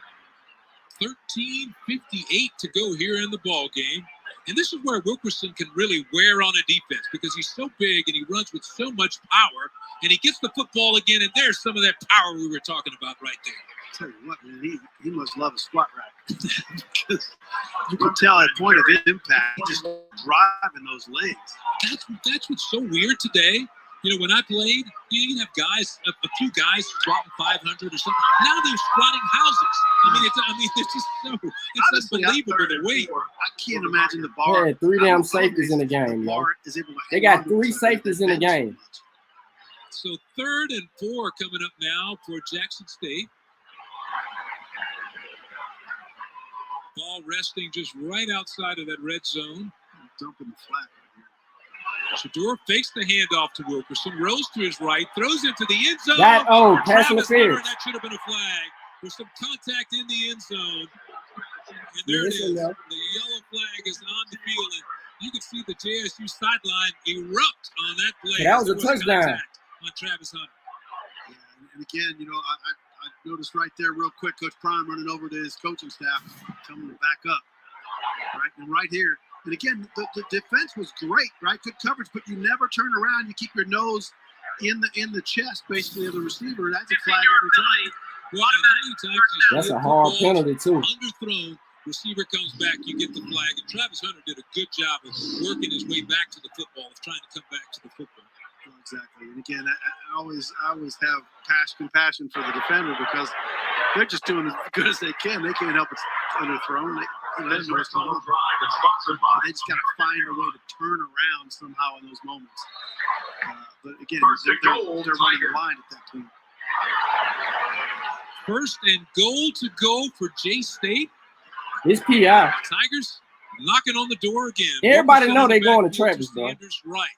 Sanders fired for the end zone, and it's intercepted in the end zone.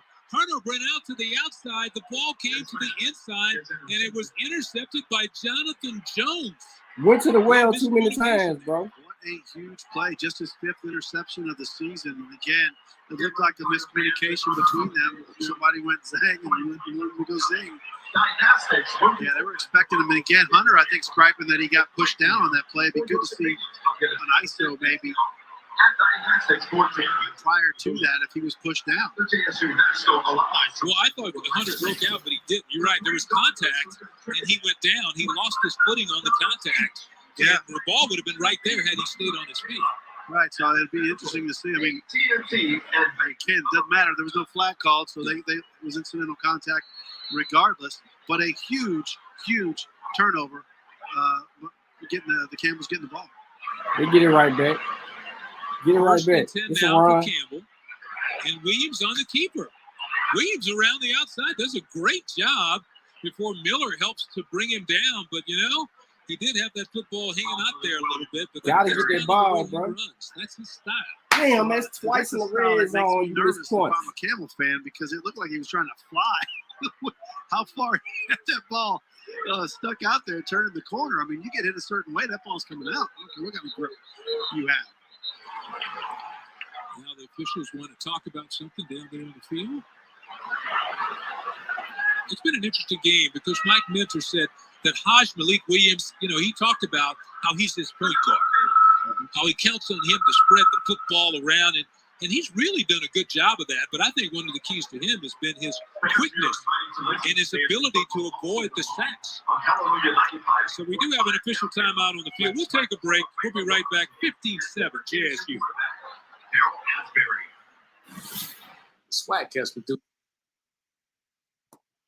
I think that they're going to be looking at potentially a target or something like that. But I just think that you got to decoy Travis right there. I understand the play call. Everybody want to see Travis score. Everybody. No joke. Everybody. But they're trying to prevent Travis from scoring. So instead of doing a fade or something like that, allow Travis to route you up. That was the easy. I'm gonna bow out and come back in, and boom, I'm gonna catch you on the slant. Just let him run the slant and let him handle his business right there. You get the touchdown, but don't just do it like that because you still got a whole other offense, bro.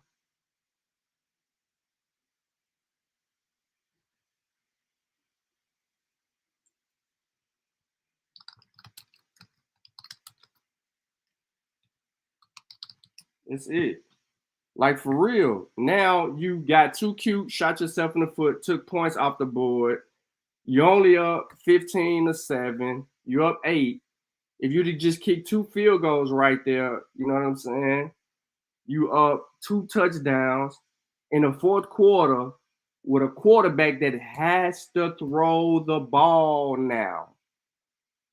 You got to take that. So you 2 turnovers blow 2 opportunities right there. And I know that's on Coach Prime right there. The whole feed Travis thing, that's on Shador.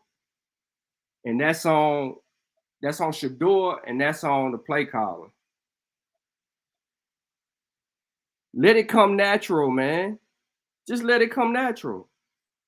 Just keep running your offense. Let it come natural. They know it too. in a good ball game, 15-7. The Jackson State Tigers are out in front, but Campbell has the football on Jackson State's homecoming. So Malik Williams looking downfield, and he overshoots this would-be receiver there. It was intended for Jalen Kelsey. Couldn't quite get there as he reached out there. Ball just slightly overthrown on the play. Yeah, Williams has 16 attempts, 9 completions, and 9 completions to 7 different receivers. That shows you how much he spreads it around. You talk about him being a point guard. Well, a good point guard just gives the ball to the person who's open. That's what he does. We're getting to the point in the game, though, where he may have to start throwing a little more than they're comfortable with because of the score. You know, they're in a situation now when you're coming from behind, you got to get the ball in the end zone. So 3rd down and 5 to go for Campbell. The slant pass is off the fingertips of number 89, Cheney Fitzgerald, and there's a flag on the play, and Isaiah Bolden can't believe it. He thought it was great coverage. You can tell he's like, man, I had him covered. I did exactly what I'm supposed to do. And you're going to call a flag on that. I'm very unhappy with that particular call. ESPN is tripping right now. See? The truck is tuned into the game right now. And what they do, take us right back to the scoreboard. Mother suckers. Come on, ESPN truck.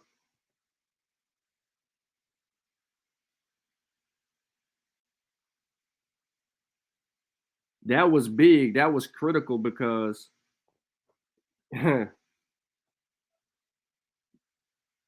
it's 2nd and 10. So they threw an incompletion or whatever the case may be. Or if it's 2nd and okay, they ran the ball.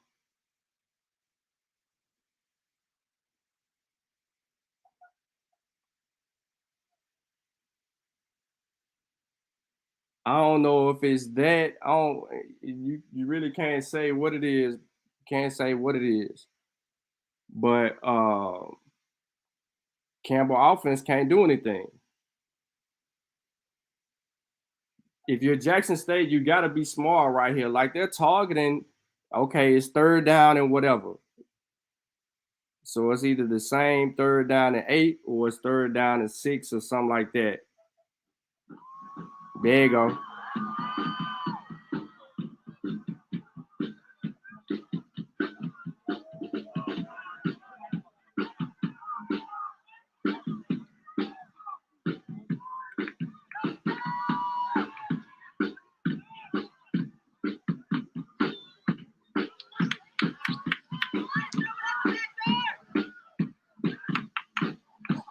Come on, Nugget. So that's a completed pass right there from Haj Malik Williams. He goes to number 89, Cheney Fitzgerald. That's a good catch, and that's good enough for a 1st down. So that will move the chains. So a nice pass by Williams and a good catch by the freshman. Yeah, the Fitzgerald's known for a guy who can stop and start on a dime, so he's got great acceleration. And he also stops, so he's hard to cover, but great catch there. Actually, he did not pick up that 1st down, so they're going to punt the football away. They caught it incomplete. Big stop for the Tigers. That will bring on Corey Peterson to kick it away. Okay. Good snap. Has some time. He hit that one pretty good. And it is chased down by Jolivet inside the 15. He brings it back near the 20 before he is stopped Nugget. right there. So not giving up no yards. By Caleb Jolivet. We'll take a break right now. 15-7. Jackson State moving on.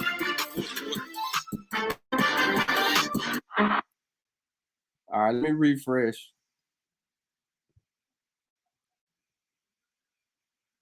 So I guess dude, okay, they telling me, yeah, he didn't make the catch. They called an incomplete pass. So the punt was cool. My bad, that's behind because I'm talking to somebody that's at the game. It's still under commercial, that's why I refresh. But it's them, man. I can't believe they're showing this game like this, man. All of these issues today.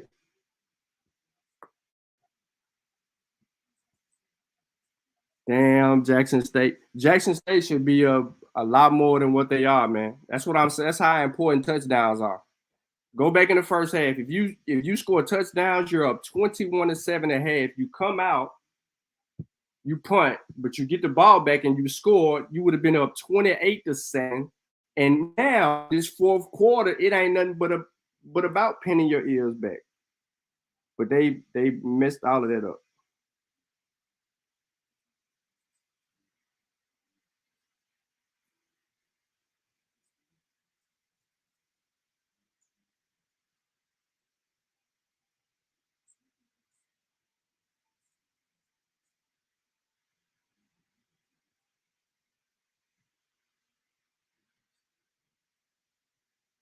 Yeah, man.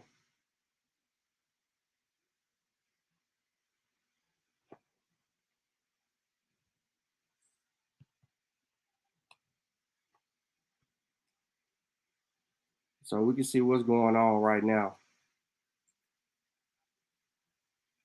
Jeez.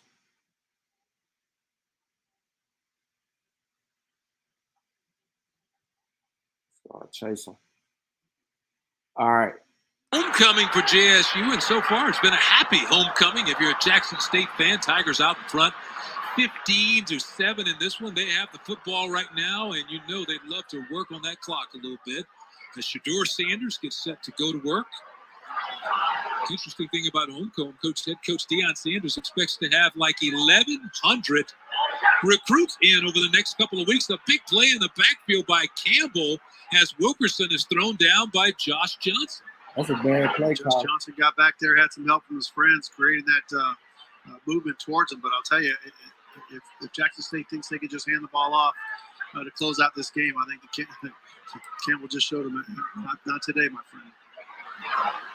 Loss of 4 on the play, so second down and 14 to go. Hold me open Jackson right State. now. Watch the space between the cornerback.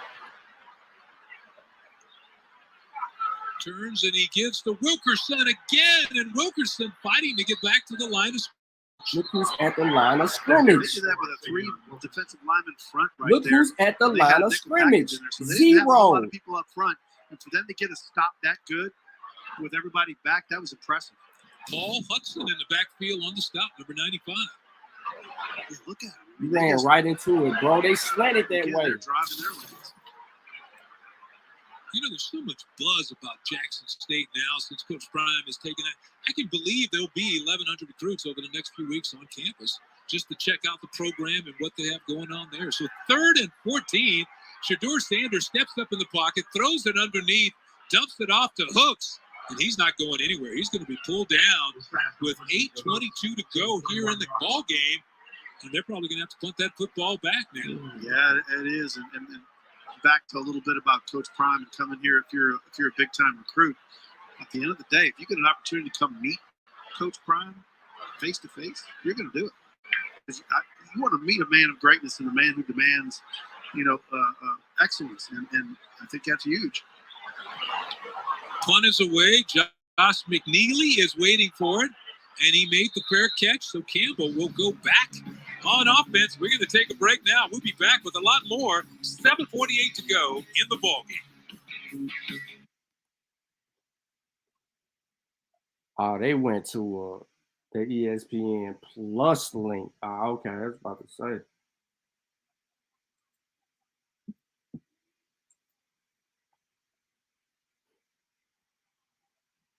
Tripping hard.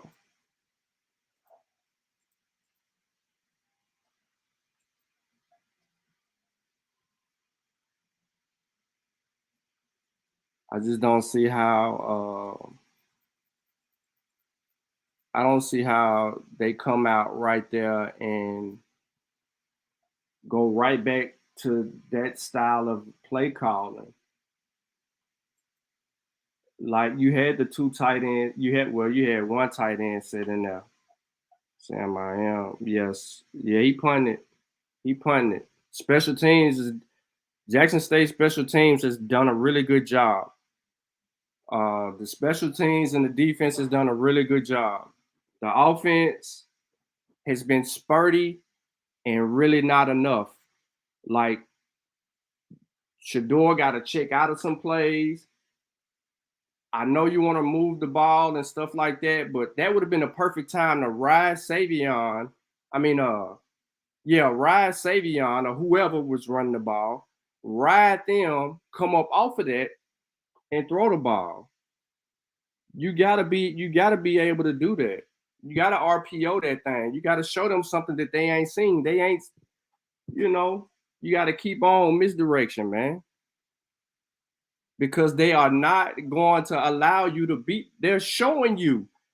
This team is showing you that we are not going to let you beat us deep.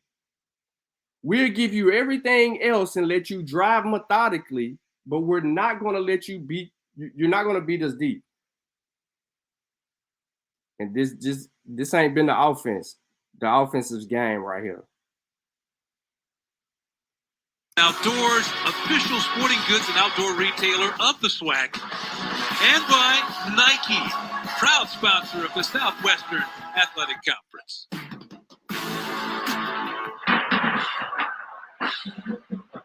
Right now, the Camels have the football, and they got a ways to go. They trail by 8 in this ball game, 7:48 to go.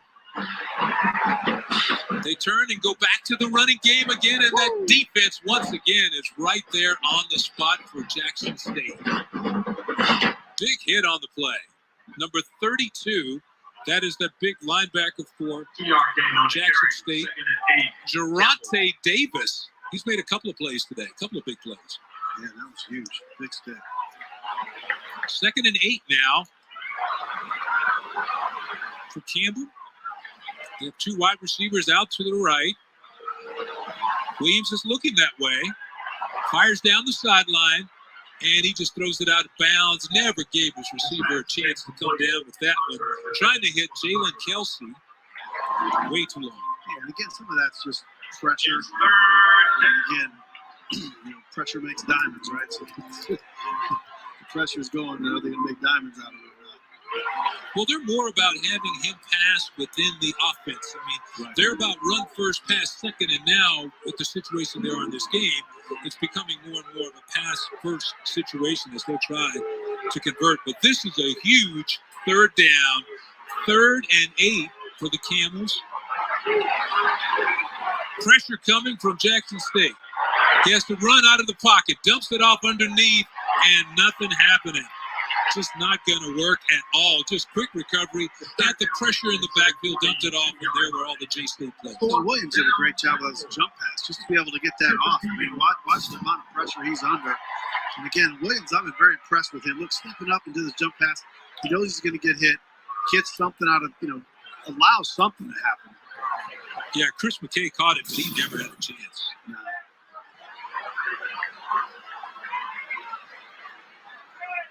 So Campbell will have to punt the football back to the Tigers. Jolivet on the return, starts to his left, comes back to the right, and he's going to be cracked down at about the 18-yard line. So he does a good job of not letting that punt bounce and just keeping the Tigers from losing yards on the punt. Yeah, this is a real important drive for the Tigers, I think. And I really think that last drive showed they just can't run the ball right at them and think they're going to be able to close this game out. So this drive's got to be really, spread the ball out, run your offense. But obviously, you're just trying to get you just got to move the ball around, get a good drive, try to close this game out. And I'm sure the call to that offensive line is, look, we're going to put it on you. Let's win this game. I just don't think you can hand it off over and over and over again, expect to close it out. Jackson State trying to improve to 7-0 as Shedeur Sanders does exactly what you said, Coach. Comes out to Hooks, and Shane Hooks gets loose down the sidelines. That's going to be a big game and a big first down for the Tigers. Great play, and again, they're overcommit. You see off the corner, they're coming inside, and then you got a wide open guy, and again, he does a great job after the catch, going down the sidelines. Well, Ed Dennis just really didn't do a good job coming up and making that tackle. He hesitated just a little bit, and then when he made his move, Shane Hooks just showed some of his power by using that stiff arm to knock him down.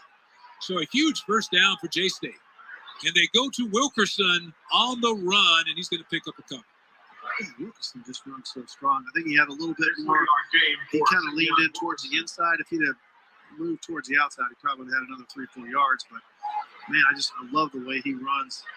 He makes the decisions, and he runs extremely strong. And this time of the game, everybody's been beat up so much, it just kind of bends that defense back a little more.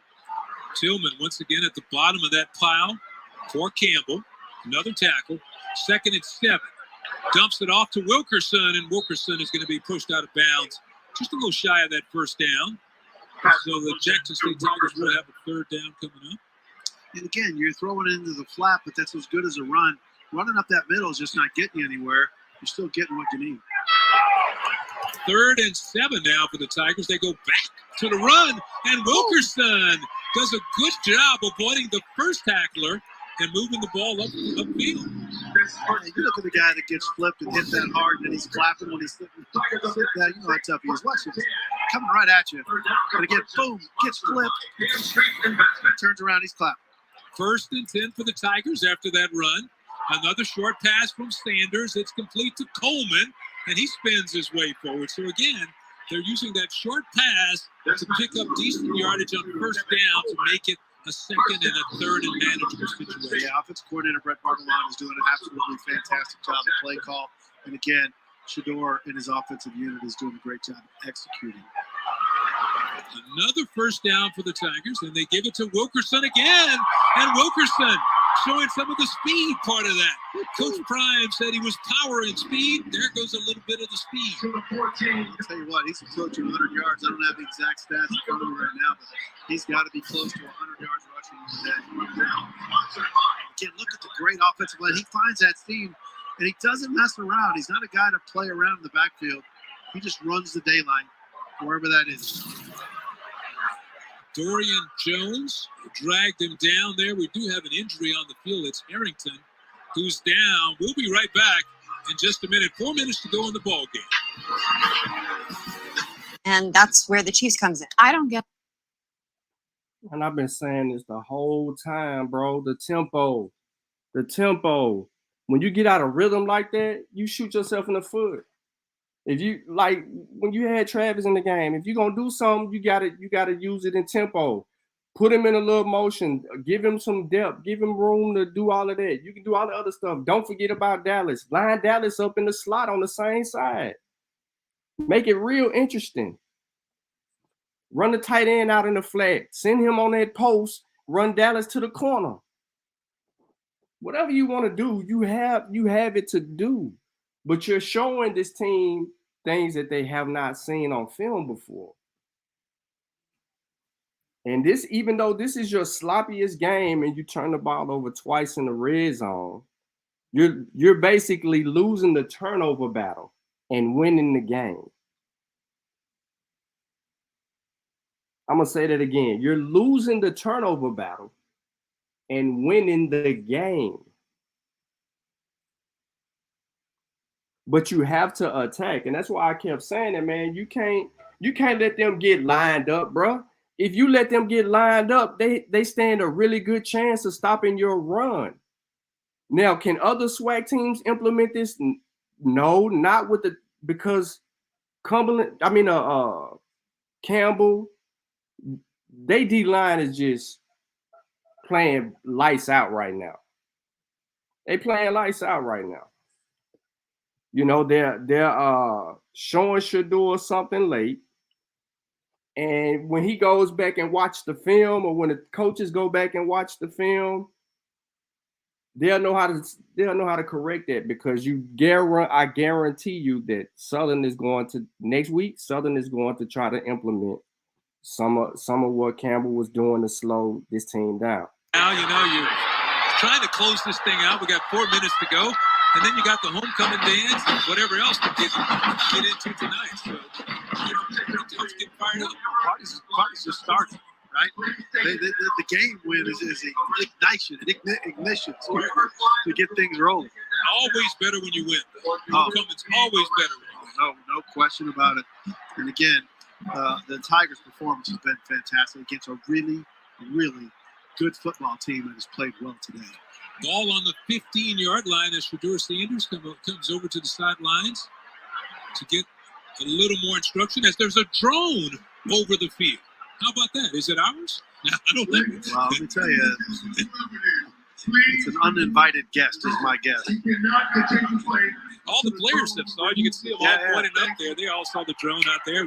Willis Patrick there, you see, he recognized it right away. And about pick number 73, he's fascinated by it.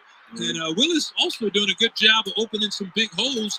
He's another NFL prospect on that offensive line.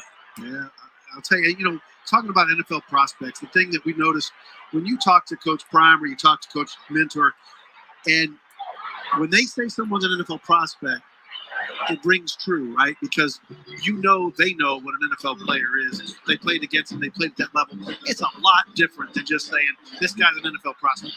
Yeah, these guys have been to the show. They know what it is. And as you can see, somebody's getting an inside look at the ball game. Yeah, see now, and I think that they're saying that from a safety reason they can't play while this drone's up in the air. Coach Prime's saying we can't do anything about that. Let's get that. Let's get the show going. One of our producers, Brian Duvall, has a drone, but he's in town, so I know that's not him. He's back in Houston, so I know that's not him. Well, you got to get permission to fly a drone over that many people, right? It's against the law, and again, it's something that certainly needs to be. Coach Prime waving at that drone, telling him to get the heck out of here. An uninvited guest to homecoming. A lot of excitement added to homecoming. Now we have a 1st and 10. Ball on the 15. They give it to Wilkerson, who does a 360, and he dives down to about the 4-yard line. But a nice reverse feel right there and coming back the other way, like the spin move. Oh my gosh, he's shown his toughness, his ability to run extremely hard. And again, last check here, 22 carries, 106 yards, plus that one, so that's another 8. He's over 100 yards. He has played fantastic. He's done a good job, and he's played a great roll down the stretch, keeping that ball on the ground and keeping that clock moving for the Tigers. Wilkerson again hit at the 3, dives in for a touchdown for Jackson State.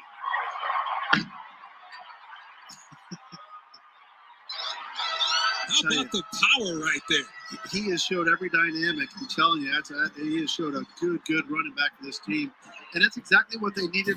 When you was down in the red zone, last time you was down here, instead of throwing it to Travis, that's what you should have did. Look, 0 tells you where to play. Look, attack 0. He was shaking his head, not today. He would not be denied, and even the Tigers flexing his muscles a little bit.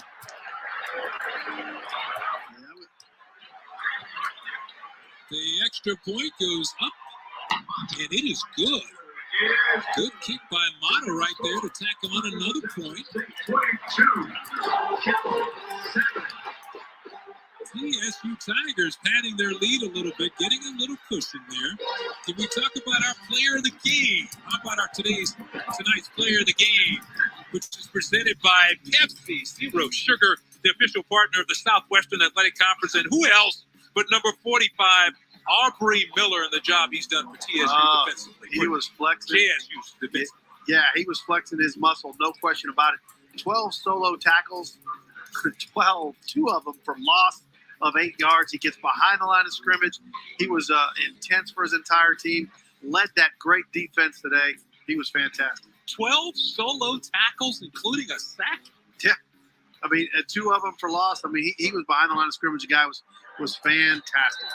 You know, and a guy playing with that much energy, it becomes infectious. It's contagious. It spreads. And when leaders lead by example, that's a big. You can talk all you want. There's guys that yell and scream before a game, but when you back it up by your play, that's true leadership, and that's exactly what he did today. And again, we can't not mention Wilkerson's amazing running today as well, as he went over 100 yards. But I just thought how well that defense, after shut down Campbell, was just fantastic.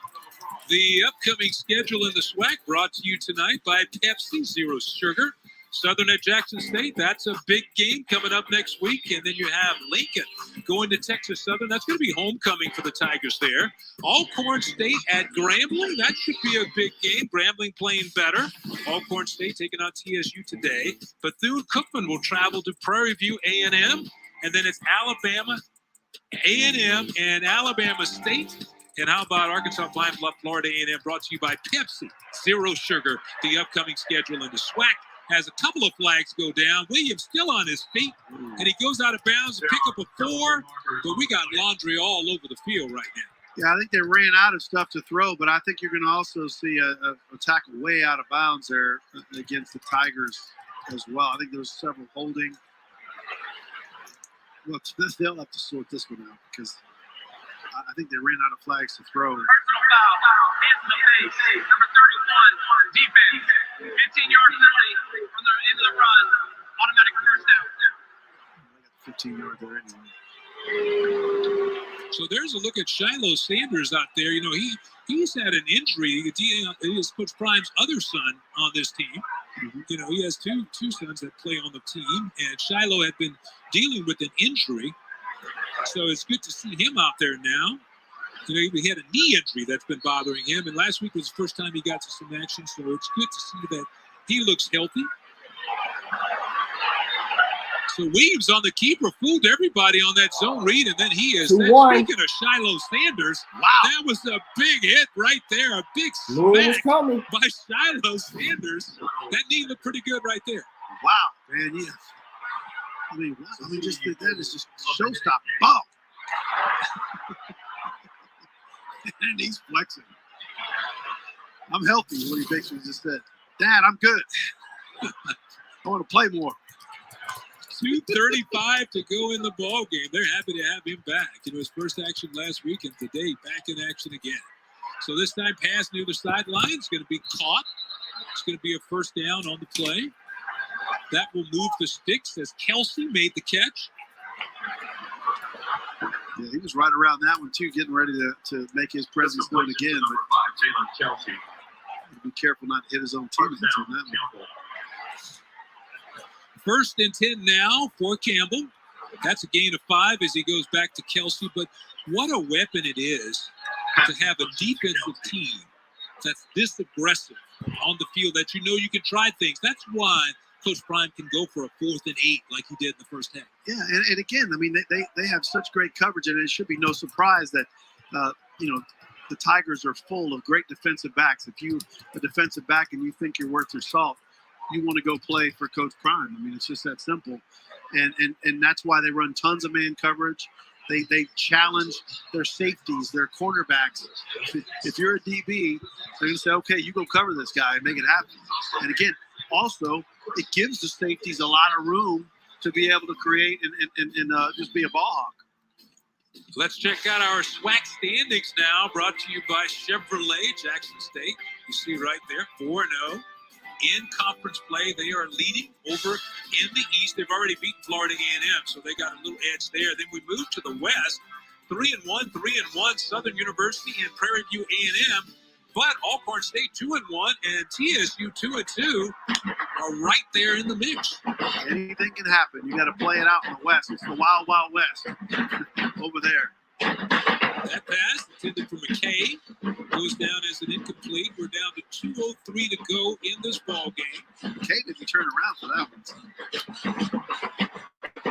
You know, this series between Campbell and Jackson State on the books for one game, but Coach Mentor told us he wouldn't mind doing this again in the future. No doubt. Pressure on Williams. He spins away, still trying to get away. Haj Malik Williams does it. He gets away from everybody in the open field, and he dives forward, and that is an incredible run for the first down for Campbell. Wow. He ran forever and back. Look at that great move there. Again, a nice move, and then uses that speed right here. And again, he carries that ball so far out there. It is just unnerving. He got away from Aubrey Miller twice. Yeah. On that. Well, you know, Miller can make you run faster than maybe you are.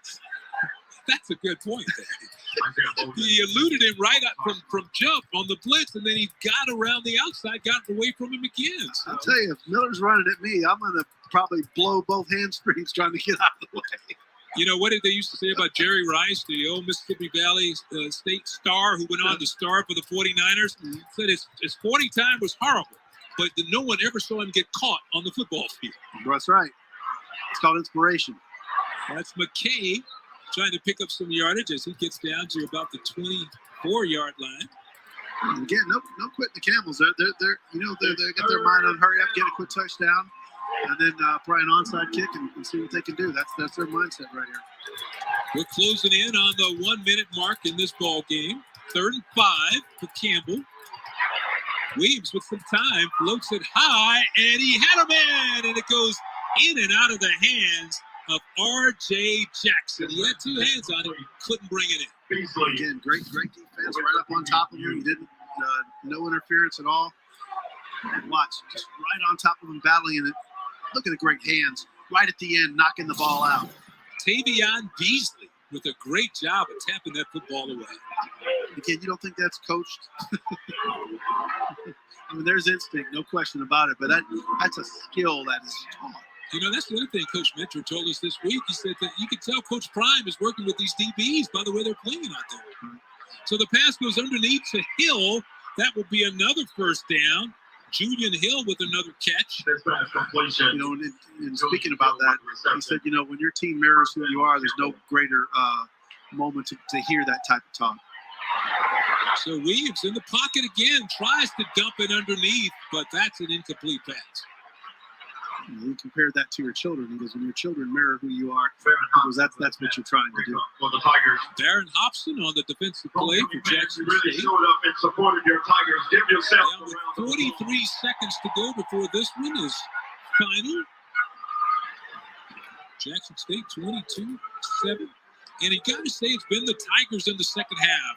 The defense really started to flex their muscles, and the offense started to get some things done. They started to move the ball a lot better on the ground, mostly to set up the pass. So second down now. Williams rolling out to his right, just going to throw that one out of bounds. Throws it away as Shiloh makes the interception, but he's 5 yards out of bounds as he held it in. Yeah, the Tigers are fighting. They don't want them in that end zone again. 35 seconds left in the game. You know, what's this for? It's all about pride. And again, you got 2 prideful coaches, one trying to get in there. They'll fight tooth and nail to the very end of this game. Well, right now, the JSU defense is under their average. They're giving up 9.5 a game. Right now, they've only given up 7. So you know they're going to try to keep them out of the end zone here on 3rd and 10. Williams shoots it for the end zone, has a man. That is a touchdown to his big tight end, Julian Hill, who made a great catch there because he was hit right after that ball got in. So Williams with a touchdown pass to Hill.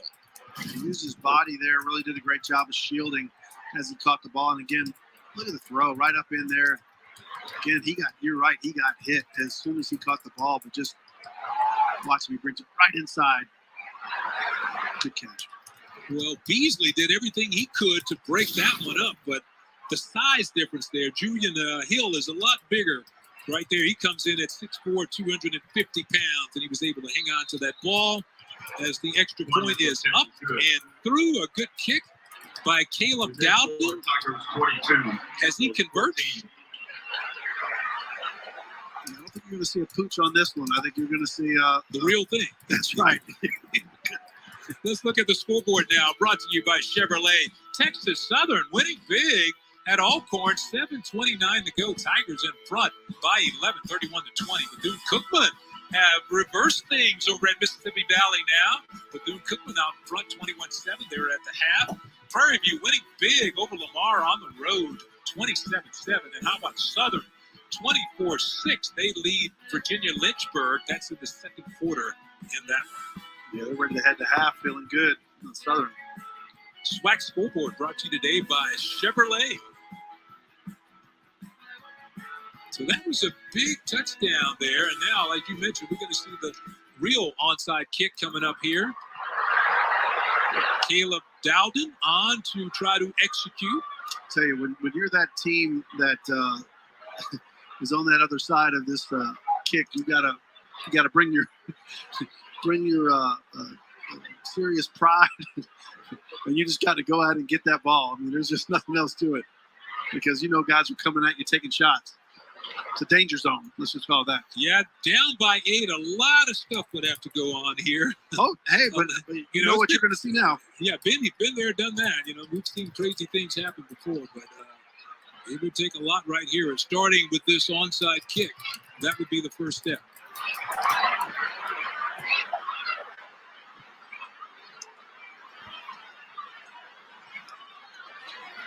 know a lot of people didn't think this game might be as competitive as it ended up being, but it's been very competitive. And that last touchdown there, 13 yards to Julian Hill, really sending Campbell out on a good note right now. Well, Coach Minter talked about it. He wanted the competition. He wanted to test his team. He said, look, at the end of the day, this game doesn't mean anything for us. It's all about our conference play. But he goes, we want to test ourselves against the best. He touted the Tigers as one of the best teams. And I think he showed exactly what his team's about. And they're one of the best as well. Someone could pick up this ball and run it all the way back for a touchdown with this lineup. If he doesn't make that kick perfect, if he makes a mistake on this kick, but he makes a good kick, and it was caught, bobbled a little bit, and then smothered. So J-State does a good job of getting on that ball. It was Quay Davis who made the recovery, and that should do it with 24 ticks to go in this ballgame. Yeah, it didn't get that second bounce, right? He had it close, but you're looking for that second bounce for it to pop up where your guys can go get under it. And now they just got to run the clock out. Again, what a great football game. I think both schools represented themselves incredibly well. A great homecoming for the Tigers and their fans. Represented the SWAC incredibly well. And again, a big win for the Tigers. And now they're 7-0.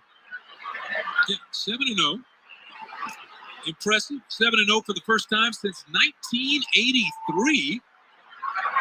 Great start for Coach Prime and the JSU Tigers, as the final 17 seconds will tick off the clock as you see Coach Prime going out to midfield. And then you're going to see a great embrace between two former NFL players with the utmost respect for each other. And again, that's just fantastic to see.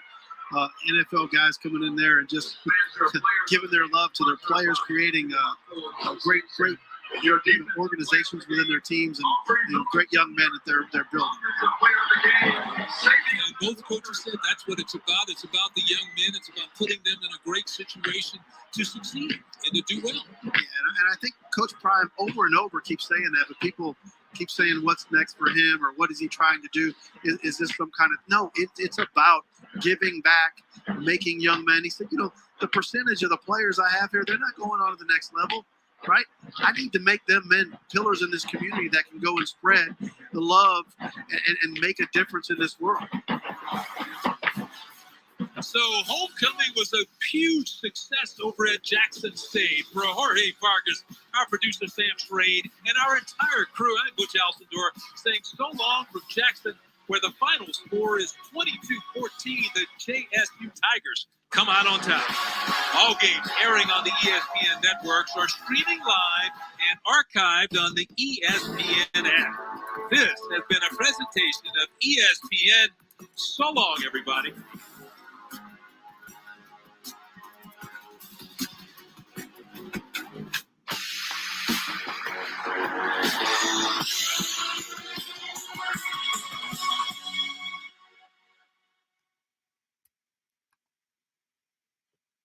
Man, so there you have it. There you have it. Now it's time for the mental adjustments. It's time for Southern, right? You can turn the page now. It's Southern's time now. It's time for you to get your ish together, clean up some of the mistakes, fix some of your offensive problems that you had. This was a new challenge for you, so this should be an easy fix. And let it handle your business.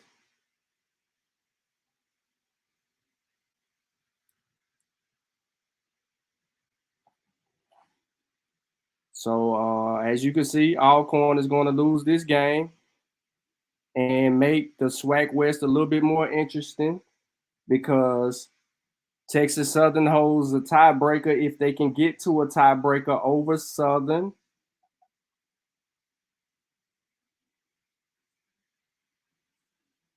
And it is what it is at this point. Yeah, it is pedestrian. All right, so look, man, I appreciate everybody for checking out the stream. Please bless the Cash App. I ain't asking y'all for no whole lot. You know what I'm saying? $ KSLP 1020. That's K is in Kevin, S is in Sean, L is in Lamont, P is in Phillips. Bless the Cash App 1020.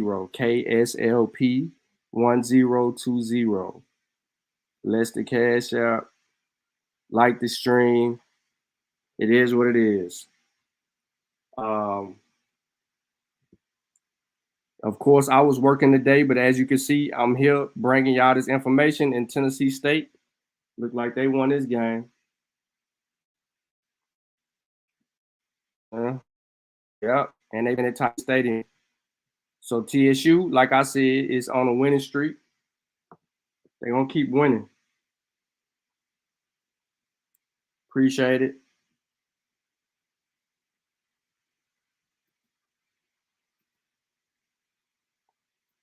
Yeah, so there you have it, man. A tough game, a hard-fought game, a respect game. Because a lot of people, keeping it a buck, a lot of people was disrespecting the team, man. And the team made y'all respect them even more. Oh, this, oh, that. Nah. They earned some people respect today, for sure. They made Jackson State offense struggle today. They did that. And Jackson State also showed itself. So I'm glad y'all enjoyed the stream. I appreciate everybody, tapping in. There's a lot of good energy as always, man. I keep it low key. I ain't none of them dudes that go live every week. I just show the game. You know what I'm saying? And it is what it is at that point. So y'all enjoy yourselves, man. Take care. I'm gonna get back to work.